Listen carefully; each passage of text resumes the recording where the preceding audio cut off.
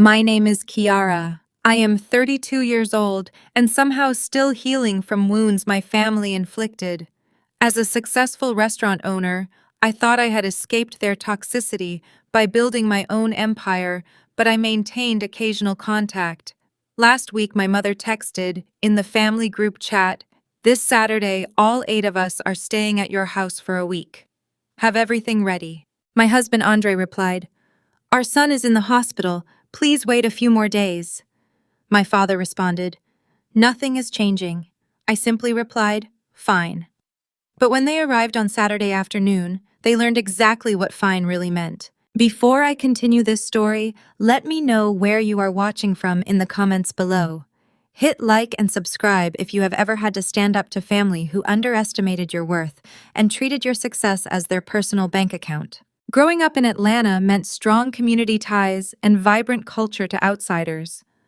But inside our sprawling home, emotional coldness and conditional love permeated every corner. Our house was a fortress of impossible expectations I could never quite meet. My childhood bedroom became my sanctuary and my prison. From elementary school through high school, I maintained straight grades and worked tirelessly, yet I was always the scapegoat. My younger sister Chantal was the undisputed golden child, effortlessly receiving the praise and financial backing I had to beg for. Every accomplishment of mine was minimized, while her every failure was cushioned by my parents, Yvonne and Desmond. I eventually stopped seeking their approval, pouring all my energy into culinary school and business management. I built my award-winning soul food fusion restaurant, the Copper Skillet, from the ground up. I worked grueling 18-hour shifts while pregnant, surviving on sheer willpower, and my husband Andre's unwavering support. But my family simply viewed my hard-earned success as an extension of their own ego, treating my business as their personal VIP club and my home as a free luxury hotel. This dynamic reached its absolute breaking point in the sterile, terrifying quiet of an Atlanta pediatric intensive care unit. I sat in a stiff plastic chair beside Andre, my eyes fixed on the small, fragile figure of our 6-year-old son, Malik. Malik was enduring a severe sickle cell crisis, a pain so excruciating that it required constant medical intervention just to keep him stable. The tension in the small hospital room was thick and suffocating. Every mechanical beep of the heart monitor dictated the frantic rhythm of our own heartbeats. The sharp smell of strong antiseptic and the constant hum of the oxygen machine created a heavy atmosphere of fear and pure exhaustion. Andre and I had not slept a full night in 3 days. We lived on stale vending machine coffee, taking turns holding Malik's small hand while he received a critical blood transfusion. Watching the dark red fluid slowly drip into his tiny arm was a stark, horrifying reminder of the fragile line between life and death. Nothing else in the world mattered to us in that room. Our entire universe had completely shrunk to the 4 walls of that intensive care unit. Suddenly, the heavy silence of the hospital room was shattered by a harsh, continuous buzzing. My phone was vibrating aggressively against the hard plastic of the hospital tray table. I picked it up, my eyes burning from fatigue, and opened the family group chat. It was a relentless barrage of messages from my mother, Yvonne. She was not asking for medical updates. She was not checking to see if her grandson was conscious or if Andre and I had managed to eat a decent meal. Instead, she was issuing a long, entitled list of demanding instructions for her upcoming arrival. She demanded that the guest room linens be washed with a specific premium detergent. She listed the expensive organic groceries she expected to find fully stocked in my refrigerator. She insisted that the central air conditioning be set to exactly 70 degrees before they stepped foot inside. She proudly announced that my Aunt Viv and Uncle Leon had just flown in from Chicago and would be joining them, along with my sister Chantal, her loud-mouthed husband Terrence, and their children. That made 8 people in total, fully expecting a catered, all-expenses-paid vacation at my house while my son was fighting for his life. Andre leaned over, reading the entitled messages illuminated on my screen. His jaw tightened instantly, and the deep exhaustion in his eyes was replaced by a fierce, protective anger. He gently took the phone from my hands. He typed a polite but extremely firm response to the group chat.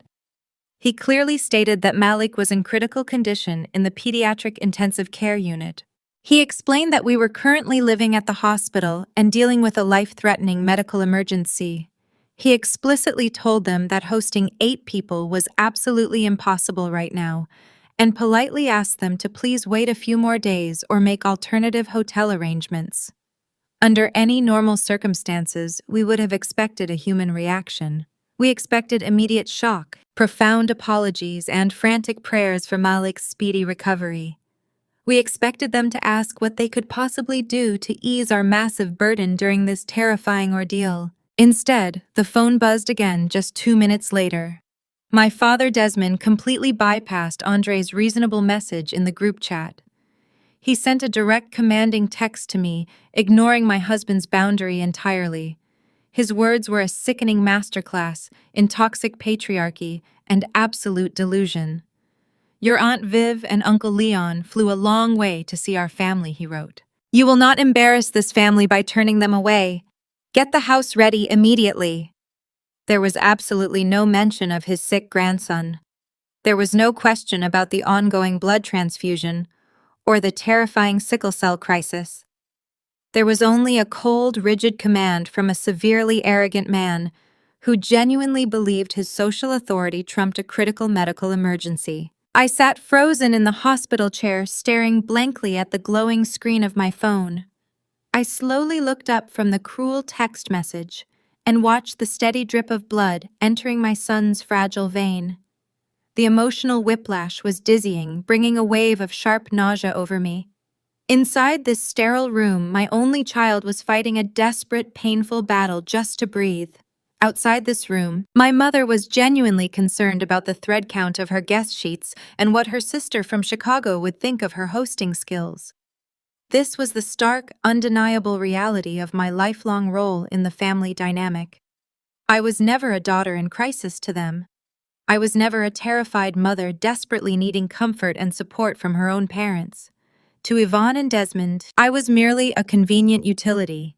I was a shiny prop carefully positioned to elevate their social standing within the Atlanta community. The black tax in my family went far beyond simply writing checks or paying off their debts. It was the complete and utter consumption of my peace, my home, and my hard-earned resources to fund their endless illusions of grandeur. My parents loved to brag to the church congregation about my bustling restaurant, using my financial success as unearned proof of their excellent parenting. Yet, they felt entirely entitled to the fruits of my grueling labor. They expected free catering for their lavish events, prime tables on fully booked Saturday nights, and my private residence to serve as a free luxury hotel whenever they wanted to show off to extended relatives. My entire existence was treated as a direct extension of their massive egos. My son's critical illness was viewed as nothing more than an inconvenient scheduling conflict that threatened to ruin their highly anticipated weekend plans. I felt a cold, deep clarity wash over me, completely erasing the heavy fog of my physical exhaustion. For 32 years, I had bent over backward to accommodate their ridiculous demands, silently hoping to eventually earn the unconditional love and basic respect they freely showered on my sister Chantal. But looking at Malik's pale, resting face, I realized that trying to reason with people who lacked basic human empathy was a tragic waste of breath. I reached over and firmly took my phone back from Andre's hands. I opened the direct message thread with my father. I did not write an emotional paragraph explaining my profound pain. I did not beg for his basic understanding or parental compassion. I typed a single simple word, "Fine." I hit send, completely backed out of the toxic conversation, and permanently muted the family group chat. Andre looked at me, a silent question hovering in his tired eyes. I gave him a slow, incredibly firm nod. He understood perfectly without a single word spoken between us. Andre pulled his own phone from his pocket and immediately opened our comprehensive home security application. With a few quick, decisive taps, he initiated a complete digital lockdown of our entire property. He changed the master passcodes to all our smart locks. He completely deactivated every temporary guest code my parents and sister had previously used. He verified that the high-definition security cameras were fully operational and armed the sensitive perimeter alarms. We sat back in the dim, steady hospital light, our hands tightly clasped together over Malik's bed. We silently agreed that our beautiful son was our absolute only priority in this world, and we would fiercely protect our peace against any threat. The rest of the week passed in an agonizing blur of serious consultations with hematologists, careful adjustments to pain medications, and restless nights spent sleeping upright in uncomfortable hospital chairs. We entirely ignored the sporadic notifications lighting up our muted phones. We focused solely on Malik, celebrating every small improvement in his oxygen levels and every hour he rested without immense pain. Then Saturday afternoon finally arrived. The bright Atlanta sun was shining outside the hospital window when Andre's phone lit up with a rapid series of motion alerts from our front porch camera. We opened the live video feed and watched the glorious spectacle unfold in real time. 8 relatives dragging heavy designer luggage and looking completely exasperated were standing on our front doorstep. We watched as my father angrily punched his old access code into the smart lock keypad over and over again, only to be met with a flashing red light and a harsh denial beep. They had arrived exactly as they promised, violently banging on the heavy wooden door, demanding an entry to a home they would never step foot in again. My phone began to light up immediately after the failed code attempts at the front door. I watched the screen as missed calls turned into a barrage of voicemails. Andre and I sat in the dim light of the intensive care unit, listening to the audio transcripts rolling across the screen. My father, Desmond, had completely lost his temper. His voice, usually a booming instrument of control he used to dominate church meetings and family dinners, was now shaking with absolute rage. He did not ask how Malik was doing. He did not express a single ounce of concern for his grandson. Instead, his first voicemail was a direct, aggressive order aimed squarely at my husband. "Andre, I know you are in there with her," my father barked through the phone speaker. "You need to drive over here right now and open this door. I am the head of this family, and I will not stand out here on the porch like a common stranger. Your Aunt Viv and Uncle Leon are tired. Tell your wife to stop disrespecting her elders and unlock this house." The sheer audacity of his demand hung heavily in the sterile hospital air. My father genuinely believed that Andre should abandon his critically ill son in the pediatric intensive care unit, drive 30 minutes across Atlanta traffic, and serve as a glorified doorman just to appease his father-in-law's massive ego. Desmond operated on a deeply ingrained toxic patriarchal belief system. In his mind, he owned me. He owned my success. He owned my resources. And by extension, he believed he could command my husband. He viewed my restaurant, my home, and my bank account as his own personal kingdom. Listening to his angry voice echoing softly from the phone, a flood of painful memories washed over me. I looked at Malik sleeping fitfully under the hospital blankets and thought about the absolute hypocrisy of my family. I was always the designated scapegoat. I was the dark-skinned, quiet daughter who was expected to lower her head work twice as hard and accept whatever scraps of affection were thrown her way. My younger sister Chantal, however, was the undisputed golden child. She was lighter, louder, and fiercely protected by my parents from any consequences of her own terrible decisions. I remembered vividly the year Chantal decided she wanted to be a beauty influencer and open a high-end luxury salon in downtown Atlanta. She had absolutely no business plan, no management experience, and no clientele. Yet my parents, Yvonne and Desmond, did not hesitate for a single second. They eagerly went to the bank and completely remortgaged their own home to hand Chantal a massive lump sum of cash. They wanted to brag to their friends about their glamorous entrepreneur daughter.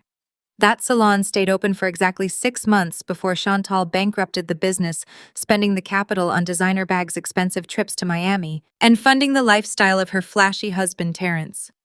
My parents never scolded her.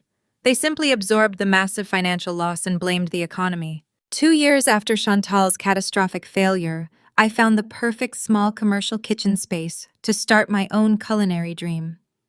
I had spent years working the line in other people's restaurants, perfecting my craft, developing my unique soul food fusion recipes, and saving every penny I could physically manage. I was just $5,000 short of securing the initial equipment I needed. I swallowed my pride, sat at my parents' dining room table, and presented a meticulously researched 50-page business plan.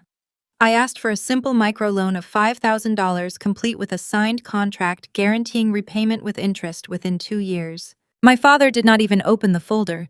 He leaned back in his leather chair, looked at me with deep amusement, and laughed right in my face. "Cooking is not a business, Kiara," he stated, his voice dripping with supreme condescension. "Cooking is a woman's duty. You need to focus on finding a stable job and taking care of your husband, not playing restaurant." He flatly refused to give me a single dime. That rejection burned a hole straight through my soul, but it also fueled my absolute determination. I built the copper skillet entirely on my own back. I worked grueling 18-hour shifts standing on my feet until my ankles swelled to twice their size while I was 8 months pregnant with Malik.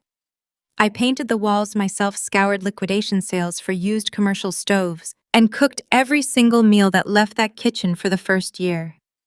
I poured my literal blood, sweat, and tears into that restaurant, turning it from a tiny hole in the wall into one of the most highly rated, wildly popular dining destinations in the entire city of Atlanta. And then the ultimate shift in our family dynamics occurred. The moment my restaurant was featured in major food magazines and the revenue started climbing, my parents experienced a miraculous case of amnesia. Suddenly, they forgot that they had mocked my dream.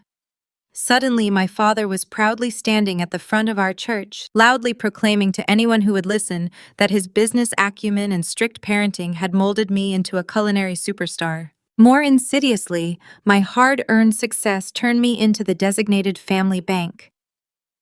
The black tax is a heavy, crushing burden in our community, an unspoken expectation that the one person who breaks through the barrier of financial struggle must carry the dead weight of every relative who refuses to climb. My mother Yvonne became the chief enforcer of this toxic taxation. When the family needed to host a massive summer reunion for 50 people, Yvonne expected the copper skillet to cater the entire event for absolutely free. When Chantal needed new designer outfits for her children, because Terrence had blown his paycheck on useless cryptocurrency scams, my mother would call me crying about how I needed to share my blessings with my struggling sister. If I ever dared to say no, I was immediately branded as selfish. I was accused of forgetting where I came from and turning my back on the people who raised me. They used my intense desire for family connection as a weapon, constantly threatening to withdraw their love if I did not open my wallet.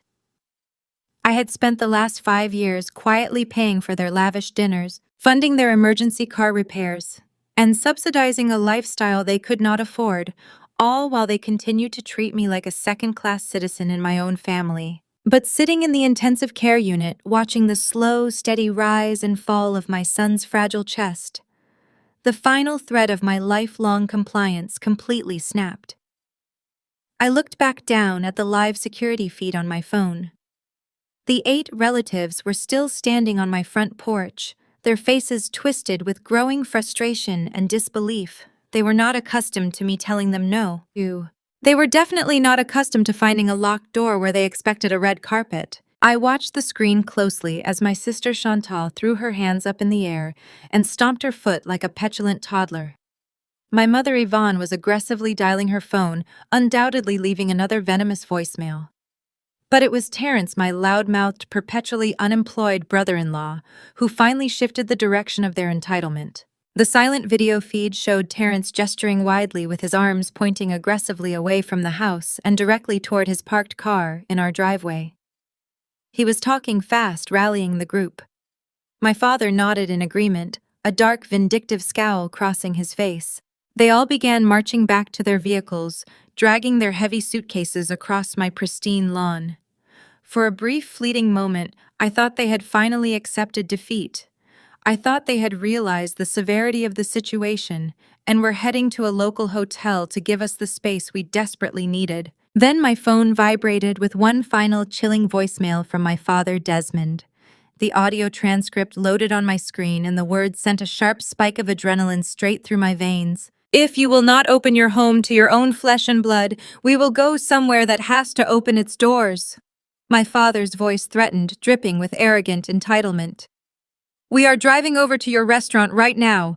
You better call your manager immediately. Tell your staff to clear out the VIP section and prepare a full-service table for 8.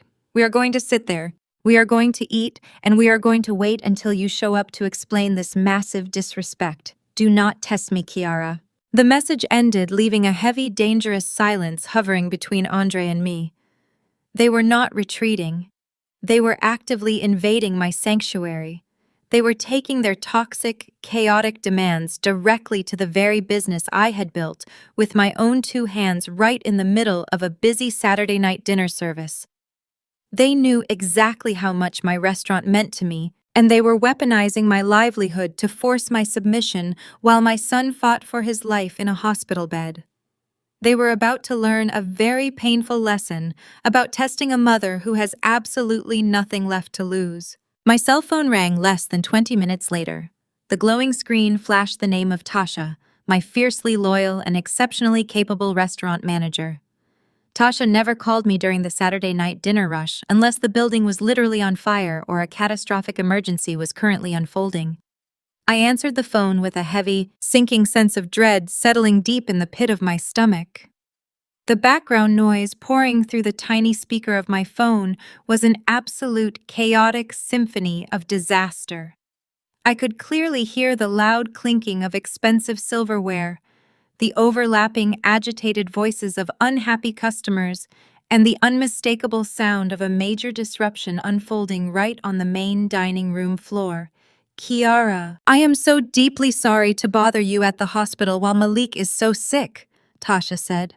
Her voice had dropped to a frantic, breathless whisper, heavily laced with pure panic. But you have a massive situation here, and I need to know exactly how you want me to handle it. Your parents just stormed through the front glass doors with 6 other people in tow, and they are completely tearing this place apart. Tasha quickly and efficiently painted a picture of absolute unmitigated chaos. The copper skillet was currently operating at absolute peak capacity. It was 8 o'clock on a Saturday evening in Atlanta. We had an hour-long wait list stretching all the way out the heavy oak front doors and down the busy sidewalk, filled with loyal patrons who had eagerly booked their coveted tables weeks in advance. My family had completely ignored the crowded, bustling waiting area. They marched straight past the stunned, apologetic hostess, physically shoving her aside when she bravely tried to hand them menus and politely explain the strict seating policy. Without waiting for a single ounce of permission from my management staff, my father, Desmond, aggressively led the group directly to the back of the restaurant. They forcefully commandeered the largest, most exclusive private dining section. This was a premium space that was specifically reserved and fully prepaid for a high-profile corporate party scheduled to arrive in less than 15 minutes. The sheer, unadulterated entitlement of their actions was making my blood boil hotter with every single word Tasha frantically spoke into the receiver. I could clearly hear the disruptive commotion escalating through the phone speaker. My sister Chantal was loudly and obnoxiously snapping her fingers high in the air, aggressively demanding immediate service from waiters, who were already struggling to carry heavy trays of hot food to our actual paying customers. She was shouting at the top of her lungs that she was the owner's sister and therefore expected immediate VIP treatment. Meanwhile, my mother Yvonne was arrogantly parading around the main dining room, loudly complaining about the ambient lighting and the volume of the background music to complete strangers who were just trying to enjoy their expensive weekend meals. She was actively harassing paying patrons, attempting to assert some twisted, delusional form of dominance over my carefully curated establishment. But the absolute worst, most legally dangerous offense came from my brother-in-law, Terrence. Tasha sounded like she was on the verge of a full-blown panic attack as she described his reckless actions. Terrence had casually bypassed the heavy velvet rope blocking the main bar area, walked directly behind the polished mahogany counter, and started violently grabbing expensive bottles of premium bourbon. When my head bartender politely and professionally asked him to step back onto the customer side of the bar. Terrence puffed out his chest and loudly announced to the entire crowded restaurant, "I am family. I practically own this place." He was carelessly pouring top-shelf liquor for himself and my Uncle Leon, treating my business like a cheap, all-inclusive vacation resort. He was openly violating strict health codes and jeopardizing my state liquor license in broad daylight, all while laughing loudly about his untouchable status. My heart hammered painfully against my ribs, matching the frantic rhythm of the hospital monitors surrounding my sleeping son. I immediately asked Tasha to call the Atlanta police to remove them all for trespassing, but before she could answer, her voice dropped even lower, trembling with genuine palpable fear. "Kiara," Tasha whispered, stepping into the back hallway to avoid being overheard by the dining room patrons. "Your father is currently standing at the main host stand. He is aggressively demanding the physical keys to the main cash registers. He is loudly telling the entire front-of-house staff that he is the principal investor of this restaurant, and he is here to conduct an unannounced emergency audit of the night's revenue.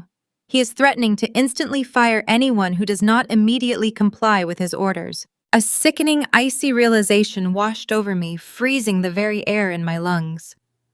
I knew exactly why Desmond felt so emboldened to make such a tyrannical, highly illegal demand. 5 years ago, when I first signed the complex commercial lease for the copper skillet, my business credit history was completely non-existent. The strict commercial landlord had required a financial guarantor to secure the prime real estate space. Desmond had smugly co-signed that initial lease agreement. He did not contribute a single dollar to the massive security deposit. He did not buy a single piece of expensive kitchen equipment. He merely signed his name on a piece of paper, but he had aggressively weaponized that tiny technicality every single day since. For 5 long, agonizing years, he had held that signature over my head like a loaded weapon. He genuinely deeply believed that being a guarantor gave him total operational control over my sweat and tears. He believed it gave him the absolute unquestionable right to march into my thriving business, publicly disrupt my hardworking staff, and completely seize my hard-earned revenue. He was ruthlessly using my young son's critical hospitalization as the perfect, most opportune distraction to execute a hostile, deeply malicious takeover of my livelihood. He thought I was too emotionally broken, too distracted by grief, and too physically exhausted to mount any kind of defense against his blatant power grab. He truly thought I would simply roll over, accept defeat, and surrender the keys to my kingdom just to keep the peace and avoid a messy public scene. I slowly lowered the phone from my ear, the dial tone ringing softly in the quiet hospital room. Andre was staring at me intensely from across Malik's hospital bed, his eyes wide with a mixture of deep concern and rising fury. He could easily read the terrifying, fundamental shift in my posture. "Tell Tasha to lock the office doors, secure the registers, and completely ignore them," Andre said, his voice incredibly firm and fiercely protective. "You stay right here with our son. I will call the police department myself and have every single one of them dragged out of your restaurant in handcuffs. We are not dealing with this toxic garbage tonight." I looked down at Malik. His small, fragile chest was rising and falling in a steady medication-induced rhythm. He was finally resting peacefully after long hours of agonizing, unendurable pain. My restaurant was not just a simple business to me. The copper skillet was my absolute lifeblood. It was the physical, undeniable manifestation of my fierce independence, my relentless resilience, and my ultimate financial legacy for my son. I had painstakingly built that culinary empire, so Malik would never ever have to beg for scraps from anyone, especially not from his deeply toxic grandparents. Letting Desmond march in and publicly humiliate my dedicated staff was simply not an option. Allowing Terrence to recklessly jeopardize my hard-won liquor license was absolutely not an option. Giving my mother the twisted satisfaction of tearing down my personal sanctuary was unequivocally not an option. I shook my head, my final decision rapidly crystallizing into cold, hard, unstoppable action. I leaned over the mechanical hospital bed and pressed a long, incredibly tender kiss to Malik's warm forehead, drawing strength from his quiet resilience. I turned to Andre, my voice eerily calm, despite the raging, violent storm brewing inside my chest. "Lock the door to this hospital room immediately. I instructed him, my eyes locking onto his with absolute certainty. Do not let anyone in except the authorized medical staff. Keep him safe. I am going to the restaurant to handle this once and for all. Andre stood up, clearly ready to argue, ready to shield me from the emotional slaughterhouse awaiting me across town. But he stopped dead in his tracks when he saw the unwavering, lethal resolve burning brightly in my eyes. The era of passive, fearful avoidance was officially and permanently over.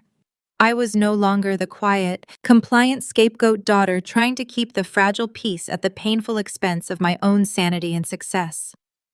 I grabbed my car keys from the sterile tray table and sprinted out of the pediatric intensive care unit, my heels echoing sharply down the long, bright corridor.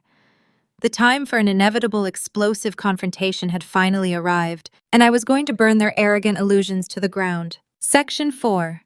Allocated word. Count. Exactly 1,500 words. The heavy glass doors of the pediatric intensive care unit slid shut behind me, sealing my husband and critically ill son inside their sterile sanctuary. I stepped out into the muggy, oppressive heat of the Atlanta evening. The thick, humid air immediately clung to my skin, but I barely registered the physical discomfort. I marched toward my car in the parking garage with a singular, blinding focus. My hands gripped the leather steering wheel so tightly, my knuckles turned absolute white. As I pulled out into the chaotic, sprawling traffic of the city, my physical body began to betray the immense psychological stress I was under.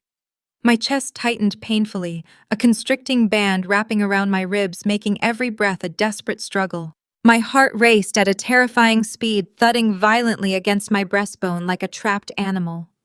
The sheer anxiety of leaving Malik's bedside threatened to consume me whole. I navigated through the busy neon-lit streets of downtown Atlanta, swerving between slow-moving vehicles while fighting a rising tide of pure, unadulterated panic.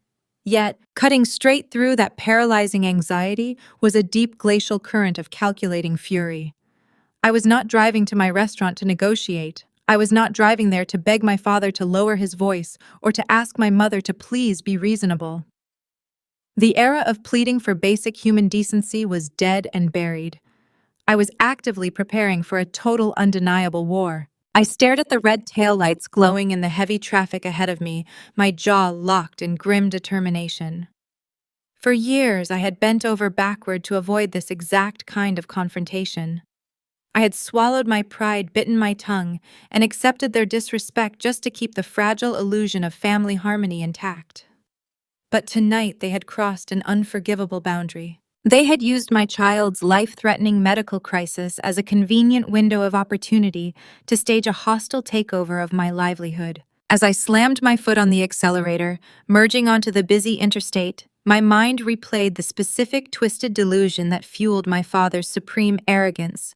Desmond genuinely deeply believed that his signature on a piece of paper 5 years ago gave him absolute unquestionable dominion over every single ounce of my sweat equity. When I first signed the commercial lease for the copper skillet, the real estate holding company required a financial guarantor.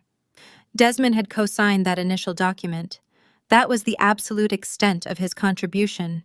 He never invested a single dime into the renovations.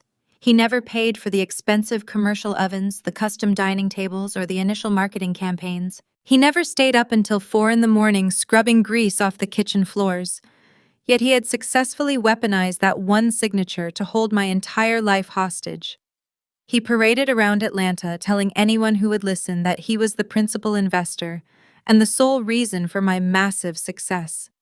He used that invisible leverage to force me to provide free, high-end catering for his massive church events, claiming it was my financial duty to tithe to his congregation. He routinely brought large groups of his golfing friends into my dining room on fully booked Friday nights, demanding complimentary multi-course meals and top-shelf liquor. If I ever showed the slightest hint of hesitation, Desmond would lean across the table, lower his voice into a menacing growl, and casually remind me that he held the master lease. He would threaten to call the landlord, pull his guarantee, and shut my doors forever. He operated under the grand toxic illusion that I was merely managing his asset. He thought I was just a glorified employee working in his restaurant. But Desmond was living in the past, relying on an expired power dynamic that I was about to completely obliterate. I jerked the steering wheel hard, pulling off the main avenue and turning down the narrow, dimly lit back alley that led directly to the rear entrance of my restaurant. I parked my car haphazardly near the industrial dumpsters, slammed the door shut, and marched toward the heavy steel security door of the kitchen. The moment I pushed the door open, the sensory details of my culinary empire washed over me. The air was thick and heavy with the rich, intoxicating smells of smoked paprika, simmering collard greens, sizzling garlic, and the deep, savory aroma of our signature slow-roasted short ribs. But beneath the familiar, comforting sense of my kitchen, there was an undeniable crackling tension hanging in the air, the usual rhythmic, harmonious sounds of my kitchen staff working the busy line were completely absent. Instead, my cooks were moving with a stiff, nervous, and hurried energy. The expediter was standing rigidly by the heat lamps, his eyes darting anxiously toward the swinging doors that led to the main dining room. I could hear the incredibly loud, disruptive chatter pouring in from the front of the house. It was not the happy, joyous sound of satisfied customers enjoying a Saturday night out. It was a chaotic, overwhelming noise, dominated by the booming, arrogant voices of my own toxic relatives. Tasha, my dedicated manager, was standing near the wait station, her hands visibly shaking as she clutched a stack of order tickets. When she saw me walk through the back doors, a massive wave of relief crashed over her face, quickly followed by deep, apologetic distress. She did not need to explain anything. The sheer panic radiating from my loyal staff told me everything I needed to know. My family had effectively taken my entire restaurant hostage. I walked past the stainless steel prep stations, my face set into a mask of pure, freezing cold professionalism. I pushed through the swinging wooden doors and stepped directly onto the main dining room floor. The spectacle that immediately assaulted my eyes was even worse than I had possibly imagined. My family had forcefully commandeered the largest, most secluded VIP section in the back of the restaurant, completely displacing the high-paying corporate guests who had reserved the space months in advance. The large circular table was an absolute disaster zone of pure, unadulterated gluttony. They had aggressively ordered the absolute most expensive premium items on the entire menu. Massive, perfectly seared tomahawk steaks rested on large wooden cutting boards. Towering, steaming pots of top-tier seafood boils overflowed with lobster tails, king crab legs, and jumbo shrimp. Several empty bottles of our most exclusive rare vintage wines were carelessly scattered across the white linen tablecloth. My mother Yvonne was laughing loudly, her head thrown back in supreme arrogance as she picked at a lobster tail. My brother-in-law Terence was holding court, gesturing wildly with a half-empty glass of expensive bourbon that he had illegally poured himself. At the center of this disgraceful exhibition was my younger sister Chantal. Her smartphone was mounted on a tripod in the middle of the dining table. A bright LED ring light illuminated her perfectly contoured face. She was actively live-streaming to all her followers, broadcasting her pathetic delusion to the internet. I heard her boastful voice ringing over the ambient noise. "Yes, you guys. The food here is absolutely incredible," Chantal bragged, holding a forkful of crab meat to the camera lens. "You all need to come support my family's restaurant. We are working hard to make this place a massive success." The absolute nerve of her words struck me like a physical blow.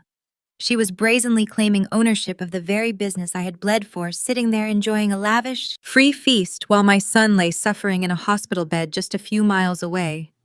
I did not scream. I did not cause a chaotic public scene. I maintained an utterly terrifying, composed silence. I slowly walked across the crowded dining room, my eyes fixed squarely on the VIP table. The regular patrons fell completely silent as I passed by, sensing the sudden dangerous shift in the atmosphere. I stopped right at the edge of their table. Chantal froze mid-sentence, her eyes widening as she caught sight of my reflection in her phone screen. Yvonne dropped her fork, her arrogant laughter dying instantly in her throat. Desmond puffed out his chest, preparing to assert his imaginary dominance. I did not look at any of them. I did not offer a single greeting. I simply turned my head slightly, catching the eye of Tasha, who was nervously hovering a few feet away. My voice was loud, clear, and perfectly steady, cutting effortlessly through the thick tension of the dining room. "Tasha," I said, maintaining my icy composure, "please print their check immediately. Include every single bottle of wine, the tomahawk steaks, the seafood boils, and automatically add an 18% gratuity for the absolute nightmare they have put our staff through tonight. Bring the final bill directly to this table right now." The heavy silence in the dining room hung in the air for only a fraction of a second before my father reacted. Desmond absolutely despised public humiliation above all things. He could not stand the feeling of his carefully crafted superior image cracking in front of an audience. His face immediately contorted into a dark, terrifying mask of completely restrained fury. He shoved his chair back so violently that it scraped harshly against the polished hardwood floor, drawing even more stares from the surrounding tables. Before Tasha could even turn around to process the ticket, my father closed the distance between us. He reached out and tightly grabbed my upper arm.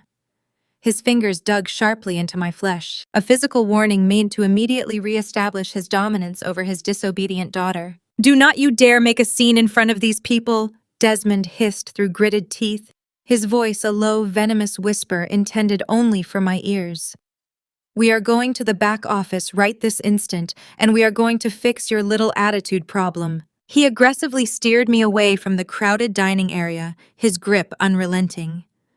I did not fight his physical hold, not because I was afraid, but because I actively wanted to pull their toxic spectacle out of my main dining room and away from my paying customers. I walked with my head held high, my posture rigidly straight, projecting an image of total control to my anxious staff. Behind us, I heard the rapid, chaotic shuffling of chairs. My mother Yvonne, my sister Chantal, and her husband Terence hastily abandoned their lavish half-eaten seafood feast. They scrambled to follow us down the narrow, dimly lit hallway that led past the bustling kitchen. The moment we crossed the threshold into my private back office, Terence quickly pushed the heavy wooden door shut. I heard the distinct metallic click of the deadbolt sliding into place. We were entirely sealed inside the small, soundproofed room, where I had spent countless sleepless nights building my culinary empire. The vibrant, lively sounds of the restaurant instantly vanished, replaced by a suffocating, hostile silence. The air in the office immediately grew incredibly thick with tension. The performative masks they had been wearing out in the dining room completely melted away. There was no more fake laughter for the social media live stream. There were no more arrogant boasts about family legacy. I aggressively yanked my arm out of my father's tight grip, stepping behind my large mahogany desk to put a physical barrier between us. "What exactly is going on here?" I demanded, my voice cold and uncompromising. "You do not just show up in Atlanta demanding a free week-long vacation with 8 people unless something is profoundly wrong."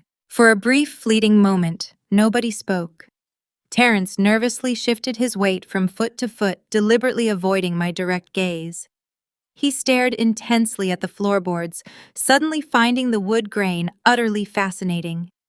My mother crossed her arms over her chest, her lips pursed in a bitter defensive scowl. It was my father who finally broke the heavy silence, his voice entirely devoid of the proud, booming confidence he had projected just moments ago. "We are not here for a family vacation," Desmond stated flatly, his jaw clenching with intense frustration.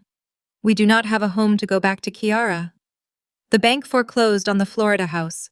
The sheriff came and changed the exterior locks exactly 3 days ago." The sheer magnitude of his confession hit me like a physical shockwave.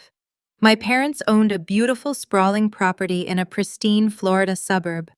It was their pride and joy, the ultimate symbol of their perceived superiority. To lose it to foreclosure was completely unfathomable. "How is that even possible?" I asked, genuine confusion momentarily overriding my deep anger. "You have owned that property for over a decade." My gaze darted toward Terence, noticing the way he was physically shrinking into the corner of the office. The puzzle pieces rapidly snapped into place. "Terence, what did you do?" I asked, my tone sharp and accusatory. My father let out a harsh, disgusted breath. Your brilliant brother-in-law convinced us to take out a massive second mortgage on the house. He promised us a guaranteed astronomical return on investment. He swore he had insider knowledge on a revolutionary cryptocurrency platform that was about to go public. He took every single penny of the equity we had built, poured it into completely unregulated offshore accounts, and the entire platform vanished overnight. It was a massive scam. We lost everything. Every single dime is gone. We are entirely broke. They were not arrogant vacationers looking to exploit my hospitality for fun. They were desperate, terrified refugees fleeing the catastrophic consequences of their own monumental greed and profound stupidity. They had packed whatever belongings they could fit into the trunks of their cars and driven straight to Atlanta, because I was the only reliable safety net they had left. Any normal, rational human being in this devastating situation would be completely consumed by crushing guilt. A normal family would be weeping, apologizing profusely for the sudden intrusion, and humbly begging for a temporary place to sleep while they figured out a plan to survive. But my family did not operate on logic or basic human decency. They operated on supreme toxic narcissism. Instead of shedding a single tear for the beautiful home she had just lost, my mother, Yvonne simply sighed in extreme annoyance. She reached down and casually adjusted the strap of her pristine, authentic designer handbag. It was the exact same luxury handbag I had purchased for her last Christmas when she complained about needing to maintain her image at her church. She glared at me with absolute contempt, completely refusing to accept any accountability for their current disaster. "It is the volatile economy, Kiara," my mother stated arrogantly, her tone dripping with defensive venom. "The banks are entirely predatory, and the government simply does not protect honest investors. This is just a temporary financial setback. We simply need to regroup and rebuild our portfolio. There is absolutely no reason for you to look at us with such harsh judgment." I stared at her in total disbelief. "You gambled your entire home on a fake internet coin because Terrence wanted to play day trader and you are blaming the economy?" I challenged, my voice rising in disbelief. Chantal immediately stepped forward, fiercely defending her worthless husband with her usual victim mentality. "Do not you dare attack Terrence!" she yelled, crossing her arms defensively. "He was just trying to build generational wealth for all of us. He was trying to elevate this family to the next financial level. It is not his fault the market is corrupt. You have absolutely no idea what it is like to take bold financial risks because you just sit in a kitchen cooking food all day. At least Terrence has real vision." Her absolute delusion was truly breathtaking. Terrence had literally rendered her children completely homeless, yet she was standing in my successful commercial property, calling him a visionary and mocking my lucrative culinary career. They felt absolutely no remorse. They viewed my hard-earned success as their automatic insurance policy. In their twisted, deeply toxic minds, my wealth was their wealth. My stability was simply a resource waiting to be plundered to fix their massive self-inflicted blunders. The argument was rapidly spiraling out of control when Desmond forcefully took command of the room. He took 3 large, aggressive steps forward, closing the distance between us until he was standing directly in front of my desk. He raised his right hand and slammed it down flat against the polished mahogany surface. The loud, violent smack echoed sharply in the small office, instantly silencing Chantal and Yvonne. He did not look like a defeated homeless man asking his wealthy daughter for a temporary loan to secure a cheap apartment. He looked like a ruthless, dictatorial conqueror preparing to announce the absolute terms of a brutal surrender. The conflict reached a terrifying, suffocating peak. "We are not asking for a handout, Kiara." Desmond commanded, his voice cold, steady, and utterly devoid of any paternal affection. "We are not asking to borrow a few $1,000s so you can hold it over our heads. We are implementing a permanent family restructuring to fix this temporary crisis." I narrowed my eyes, watching him carefully. "What exactly does that mean?" I asked, my voice dangerously quiet. Desmond leaned over the desk, invading my personal space with his overbearing presence. "It means that starting this coming Monday morning, Terrence and Chantal will be taking over as the general managers of this restaurant. They need stable, high-paying executive positions immediately, and they need full operational control to implement better profit margins." I will be taking over all the accounting, banking, and payroll duties to ensure the revenue is distributed properly to rebuild our lost family assets." He paused, letting his tyrannical demand sink into the heavy air. "You are going to step down. You are going to go home and finally focus on taking care of your sick child like a proper mother should. We will handle the heavy lifting of running this business." The sheer monumental magnitude of his betrayal hit me like a runaway freight train. He was not asking for a favor. He was aggressively demanding a complete hostile takeover of my entire life's work. He wanted to rip the keys to my kingdom directly out of my hands and hand them over to the exact same reckless, incompetent fools who had just gambled away their entire Florida estate. He intended to drain my restaurant's accounts dry to fund their lavish lifestyle and cover their massive crypto debts. He was callously using Malik's critical medical condition in the intensive care unit as a convenient manipulative excuse to force me out of the very empire I had bled to build. This was the absolute climax of a lifetime of financial and emotional abuse. My father was looking me dead in the eye, attempting to legally rob me blind in my own office.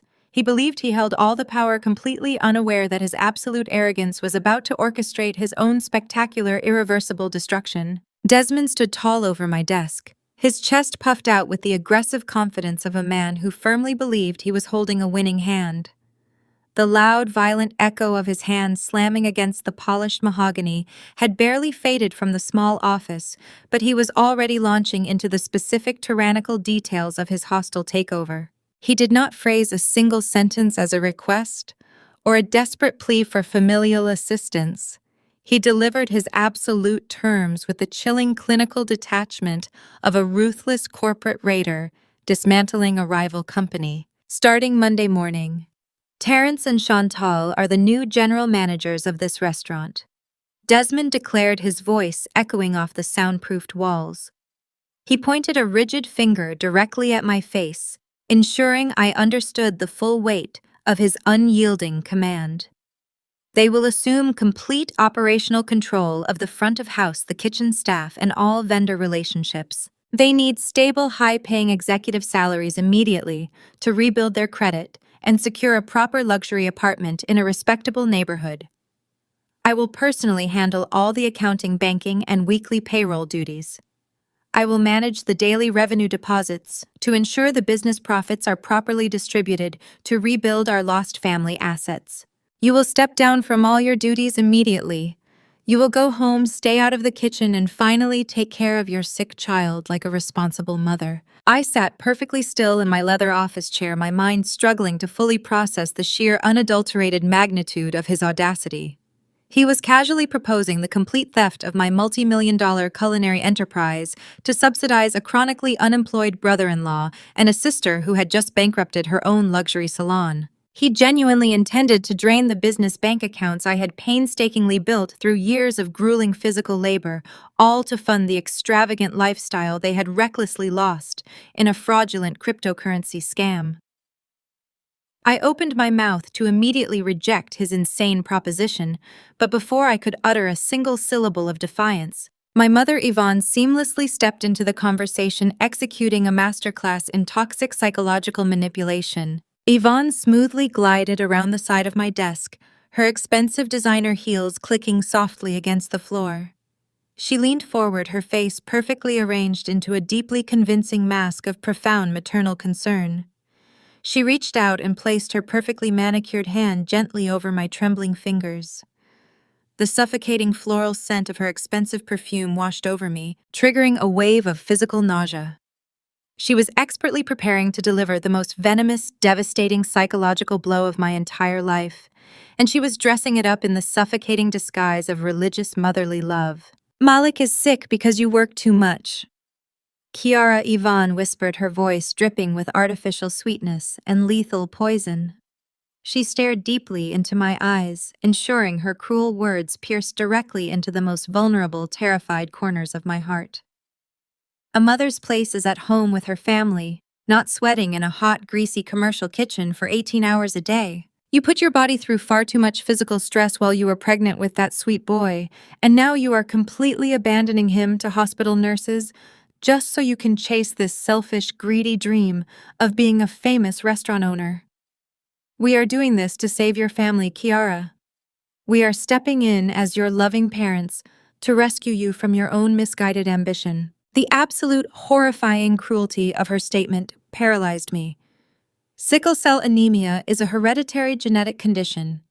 It has absolutely nothing to do with a mother working long hours or standing on her feet during pregnancy. Yet my own mother was ruthlessly weaponizing my 6-year-old son's agonizing life, threatening medical crisis. She was actively using my deepest, most agonizing maternal fears as a sharp, rusty blade to carve out a massive piece of my financial empire for herself. She was deliberately trying to convince me that surrendering my entire life's work was actually a noble, necessary sacrifice for the physical survival of my critically ill child. "Let us handle the business," Yvonne continued, gently squeezing my hand with a terrifying fake warmth. "You have proven that you simply cannot balance the heavy demands of a commercial enterprise and the sacred duties of motherhood. You just focus on going home, nursing our grandson back to health, and being a good, obedient wife to Andre. We will bear the heavy burden of running the copper skillet. We are lifting this massive weight off your shoulders because we love you so incredibly much." I sharply pulled my hand away from her grasp as if her skin were made of burning acid. The sheer, terrifying reality of their coordinated attack was fully exposed. They were not merely desperate refugees seeking temporary financial shelter. They were vicious, opportunistic predators who had carefully identified my moment of maximum vulnerability and struck with lethal precision. I looked directly at Desmond, my voice dropping to a dangerous, freezing whisper. "You are completely out of your minds if you think I will ever sign my restaurant over to you," I stated firmly, preparing to throw them out of my office and call the police. Desmond simply scoffed, a dark, victorious smirk spreading widely across his aging face. He casually reached into the inner pocket of his tailored suit jacket and pulled out a crisp, folded piece of paper. He slowly unfolded it and tossed it directly onto my desk. It was a photocopy of the original commercial lease agreement we had signed 5 years ago. He leaned heavily over the desk, invading my personal space with his overbearing, threatening presence. He was preparing to play the ultimate devastating trump card he believed he had held in his back pocket for half a decade. "I am on the master lease," Kiara Desmond declared, his voice a booming, arrogant instrument of absolute domination. "I am the sole financial guarantor of this entire commercial property.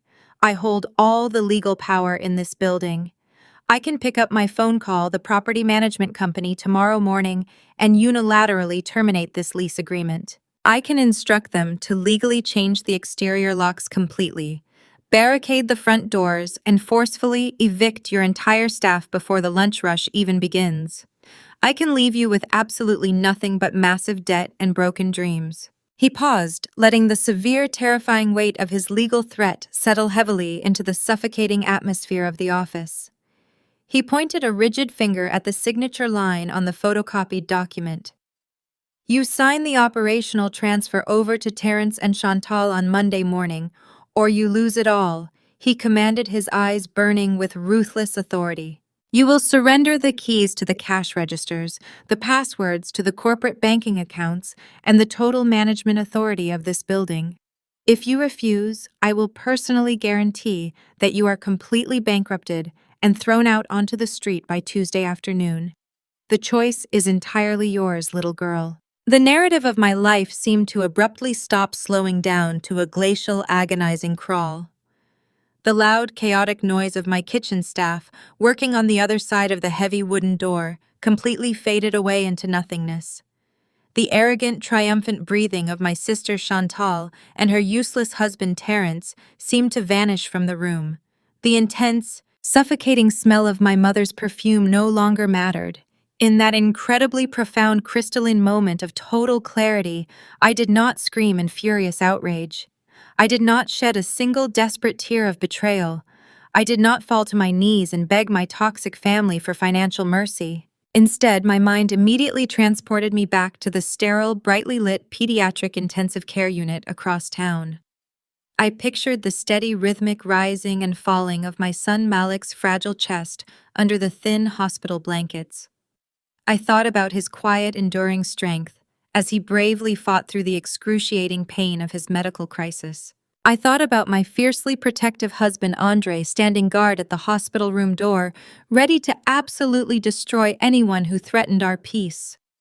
I thought about the thousands of grueling, agonizing hours I had spent building this culinary empire from the ground up, sacrificing my sleep, my comfort, and my youth to ensure my child would never experience poverty. I looked at the four people standing inside my office.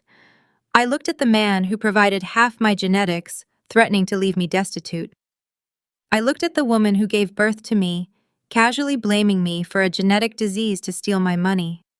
I looked at the sister who had happily squandered every advantage she was ever given, standing there eagerly waiting to steal my crown. They were completely dead to me. The heavy, burdensome chains of familial obligation, the crushing weight of the black tax, and the desperate lifelong yearning for their parental approval instantly evaporated from my soul, leaving behind a hard, unbreakable core of pure titanium. A slow, incredibly cold, terrifyingly calm smile touched the corners of my lips. It was a smile completely devoid of any joy, warmth, or submission. It was the deadly, calculating smile of an apex predator watching its prey willingly step directly into an inescapable, fatal trap. Desmond interpreted my eerie silence as total, crushing defeat. He believed his brutal extortion had perfectly executed its intended goal. "Fine," I said smoothly, my voice as calm and clear as a frozen lake in the dead of winter. "If that is the way this has to be, then fine. Monday morning, exactly 10 o'clock in the morning. You bring all your official transfer paperwork, the new management contracts, and the banking authorization forms directly here to this office. You bring Terrence and Chantal, and I will sign everything over to you without a single fight." The heavy, hostile tension in the room instantly vanished rapidly, replaced by a sickening, victorious jubilation. Chantal let out a loud, obnoxious squeal of pure delight, immediately pulling Terrence into a celebratory embrace, as if they had just won the lottery. My mother Yvonne let out a long, dramatic sigh of profound relief, proudly adjusting her designer handbag and praising the Lord for answering her prayers. Desmond simply nodded, a smug, deeply arrogant smirk firmly cemented on his face, fully believing he had successfully conquered his disobedient daughter and secured his luxurious retirement. They proudly marched out of my back office, their heads held incredibly high with the supreme arrogant confidence of conquering royalty. They strutted straight back into the main dining room, loudly demanding that my waitstaff immediately serve them 2 more bottles of my most expensive rare vintage wine and a platter of premium desserts to celebrate their massive unearned victory. They stayed for another 2 hours, completely disrupting the atmosphere aggressively, ordering my kitchen around and toasting to their newfound generational wealth. When they finally stood up to leave my restaurant, they arrogantly strolled right past the main host stand, laughing loudly and completely ignoring the massive unpaid bill. They walked out into the humid Atlanta night, absolutely triumphant, deliberately leaving behind a staggering itemized receipt totaling exactly $1,850 for Tasha to deal with on her own. They had absolutely no idea that they had just sealed their own spectacular, irreversible destruction. Section 7. Allocated word. Count. Exactly 1,500 words. Sunday morning dawned with a quiet grace that washed away the lingering shadows of the previous night.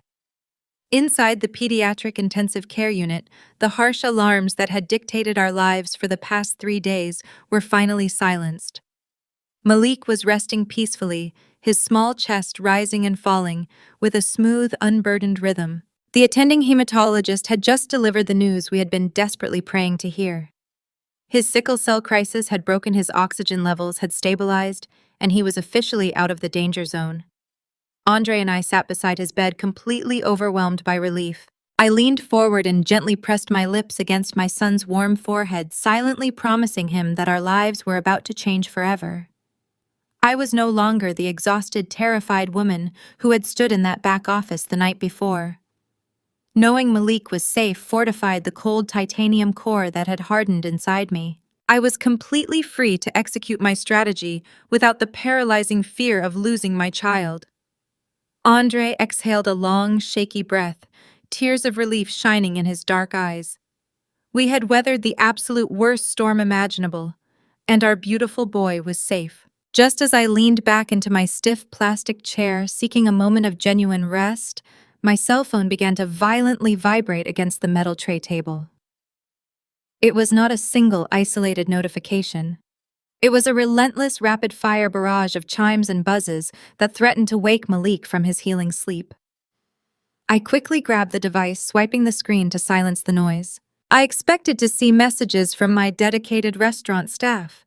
Instead, my notification screen was completely flooded with urgent alerts from Facebook and Instagram. I was being tagged in dozens of new posts. I opened the social media applications and my blood instantly turned to ice. My mother Yvonne and my sister Chantal had wasted absolutely no time launching a highly coordinated, incredibly vicious public relations campaign. They had spent their Sunday morning crafting a flawless, completely fabricated narrative and broadcasting it to the entire Atlanta community. The screen was filled with carefully staged, highly filtered photographs taken inside my restaurant the night before. There was a picture of Chantal posing arrogantly behind my bar, a fake smile plastered across her face. My parents stood in the main dining room looking entirely heroic. The captions accompanying these photographs were a masterclass in pure, unadulterated gaslighting and toxic manipulation. My mother had posted a lengthy, dramatic paragraph dripping with fake piety and maternal martyrdom. So incredibly blessed to step in and save my daughter's struggling business so she can finally focus on her sick child, her post read.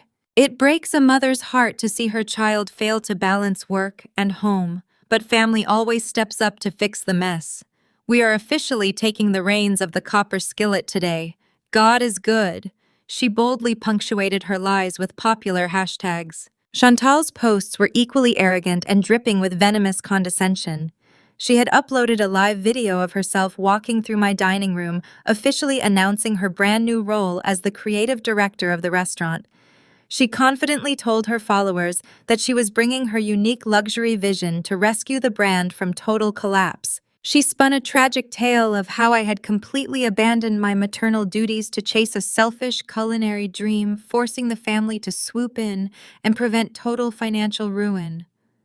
They were openly, gleefully assassinating my character and my business acumen completely online. The community backlash was instantaneous and utterly nauseating.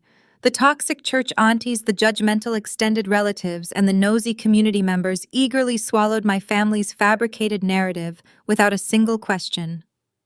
My direct messages were flooded with highly passive-aggressive, deeply insulting notes disguised as Christian concern. Auntie Susan sent a long message praising my parents for their ultimate selfless sacrifice, telling me I should fall on my knees and thank God for a mother willing to clean up my catastrophic mistakes. Sister Mary from the choir sent a harsh paragraph shaming me for being a career-obsessed, neglectful mother. Every single message I opened was a sharp, poisonous dagger aimed directly at my heart. People I had catered events for, people who had smiled in my face and eaten my food for free, were now eagerly participating in my public crucifixion. They enthusiastically validated Yvonne's martyrdom, commenting on her posts with prayer hands and messages of profound admiration. They called Desmond a strong, righteous patriarch for stepping in to save his daughter from total ruin. They completely bought into the illusion that I was a broken, incompetent woman who had selfishly neglected her sick son for the bustling restaurant. Andre leaned over my shoulder, reading the horrific comments scrolling rapidly across the screen. His entire body went rigidly tense and a dark, dangerous fury ignited in his eyes. He snatched his own phone from his pocket, his thumbs flying across the keyboard as he prepared to unleash a massive, blistering rebuttal. He was going to expose their foreclosure, their crypto scams, and their hostile takeover right there on the public timeline. He was going to defend his wife and shatter their fake, pious illusions with brutal truth. He was vibrating with a fierce, protective anger, absolutely unwilling to yield. I reached out and firmly placed my hand over his phone screen, physically stopping him from hitting the publish button.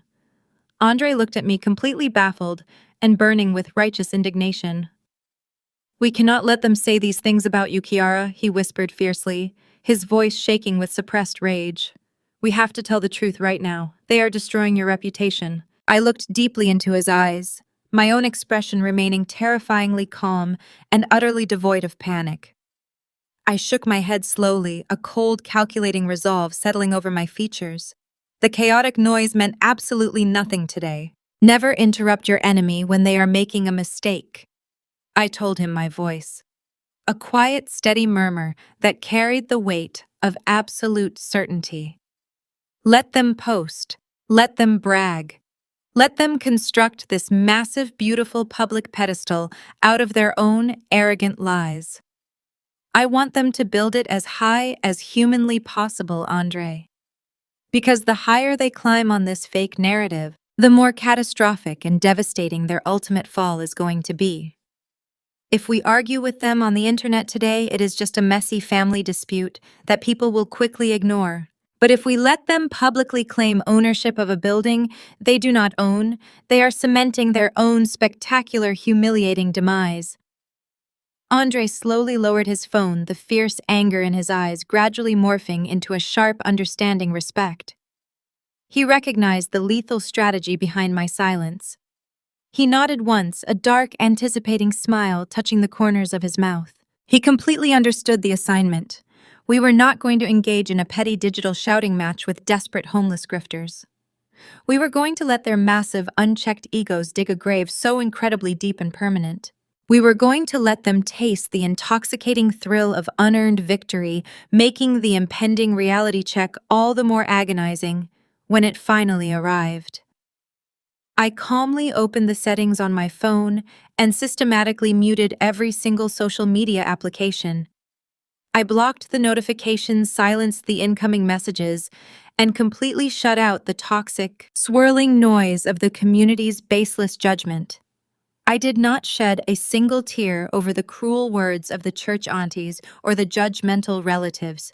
Their opinions were completely irrelevant to the absolute, undeniable facts sitting securely in my confidential, verified legal files. The public smear campaign was nothing more than a desperate, noisy distraction, a frantic smokescreen designed to hide their monumental financial ruin. I refused to grant them the satisfaction of seeing me sweat. With the digital noise silenced, I stood up and walked to the corner of the hospital room. I had 3 highly strategic phone calls to make to ensure tomorrow morning's confrontation would be flawlessly executed. My first call was to my lead corporate attorney. I gave him a detailed update on the hostile takeover attempt and verified that all original commercial property deeds were completely ready today. I ensured the expired lease agreements and ownership documents were secure and ready for immediate deployment. I instructed him to prepare the formal trespass notices for all 8 individuals, ensuring there would be absolutely no legal loopholes. My second call was to my forensic accountant. I needed to verify that the devastating financial dossier regarding my grandfather's educational trust was completely bulletproof. My final call was to the captain of the local police precinct.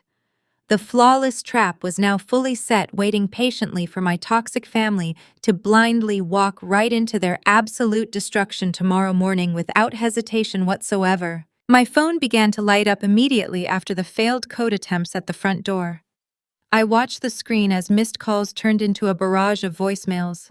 Andre and I sat in the dim light of the intensive care unit, listening to the audio transcripts rolling across the screen. My father Desmond had completely lost his temper. His voice, usually a booming instrument of control he used to dominate church meetings and family dinners, was now shaking with absolute rage. He did not ask how Malik was doing. He did not express a single ounce of concern for his grandson. Instead, his first voicemail was a direct, aggressive order aimed squarely at my husband. "Andre, I know you are in there with her," my father barked through the phone speaker. "You need to drive over here right now and open this door. I am the head of this family and I will not stand out here on the porch like a common stranger. Your Aunt Viv and Uncle Leon are tired. Tell your wife to stop disrespecting her elders and unlock this house." The sheer audacity of his demand hung heavily in the sterile hospital air. My father genuinely believed that Andre should abandon his critically ill son in the pediatric intensive care unit, drive 30 minutes across Atlanta traffic, and serve as a glorified doorman just to appease his father-in-law's massive ego. Desmond operated on a deeply ingrained toxic patriarchal belief system. In his mind, he owned me. He owned my success, he owned my resources, and by extension, he believed he could command my husband. He viewed my restaurant, my home, and my bank account as his own personal kingdom. Listening to his angry voice echoing softly from the phone, a flood of painful memories washed over me. I looked at Malik sleeping fitfully under the hospital blankets and thought about the absolute hypocrisy of my family. I was always the designated scapegoat.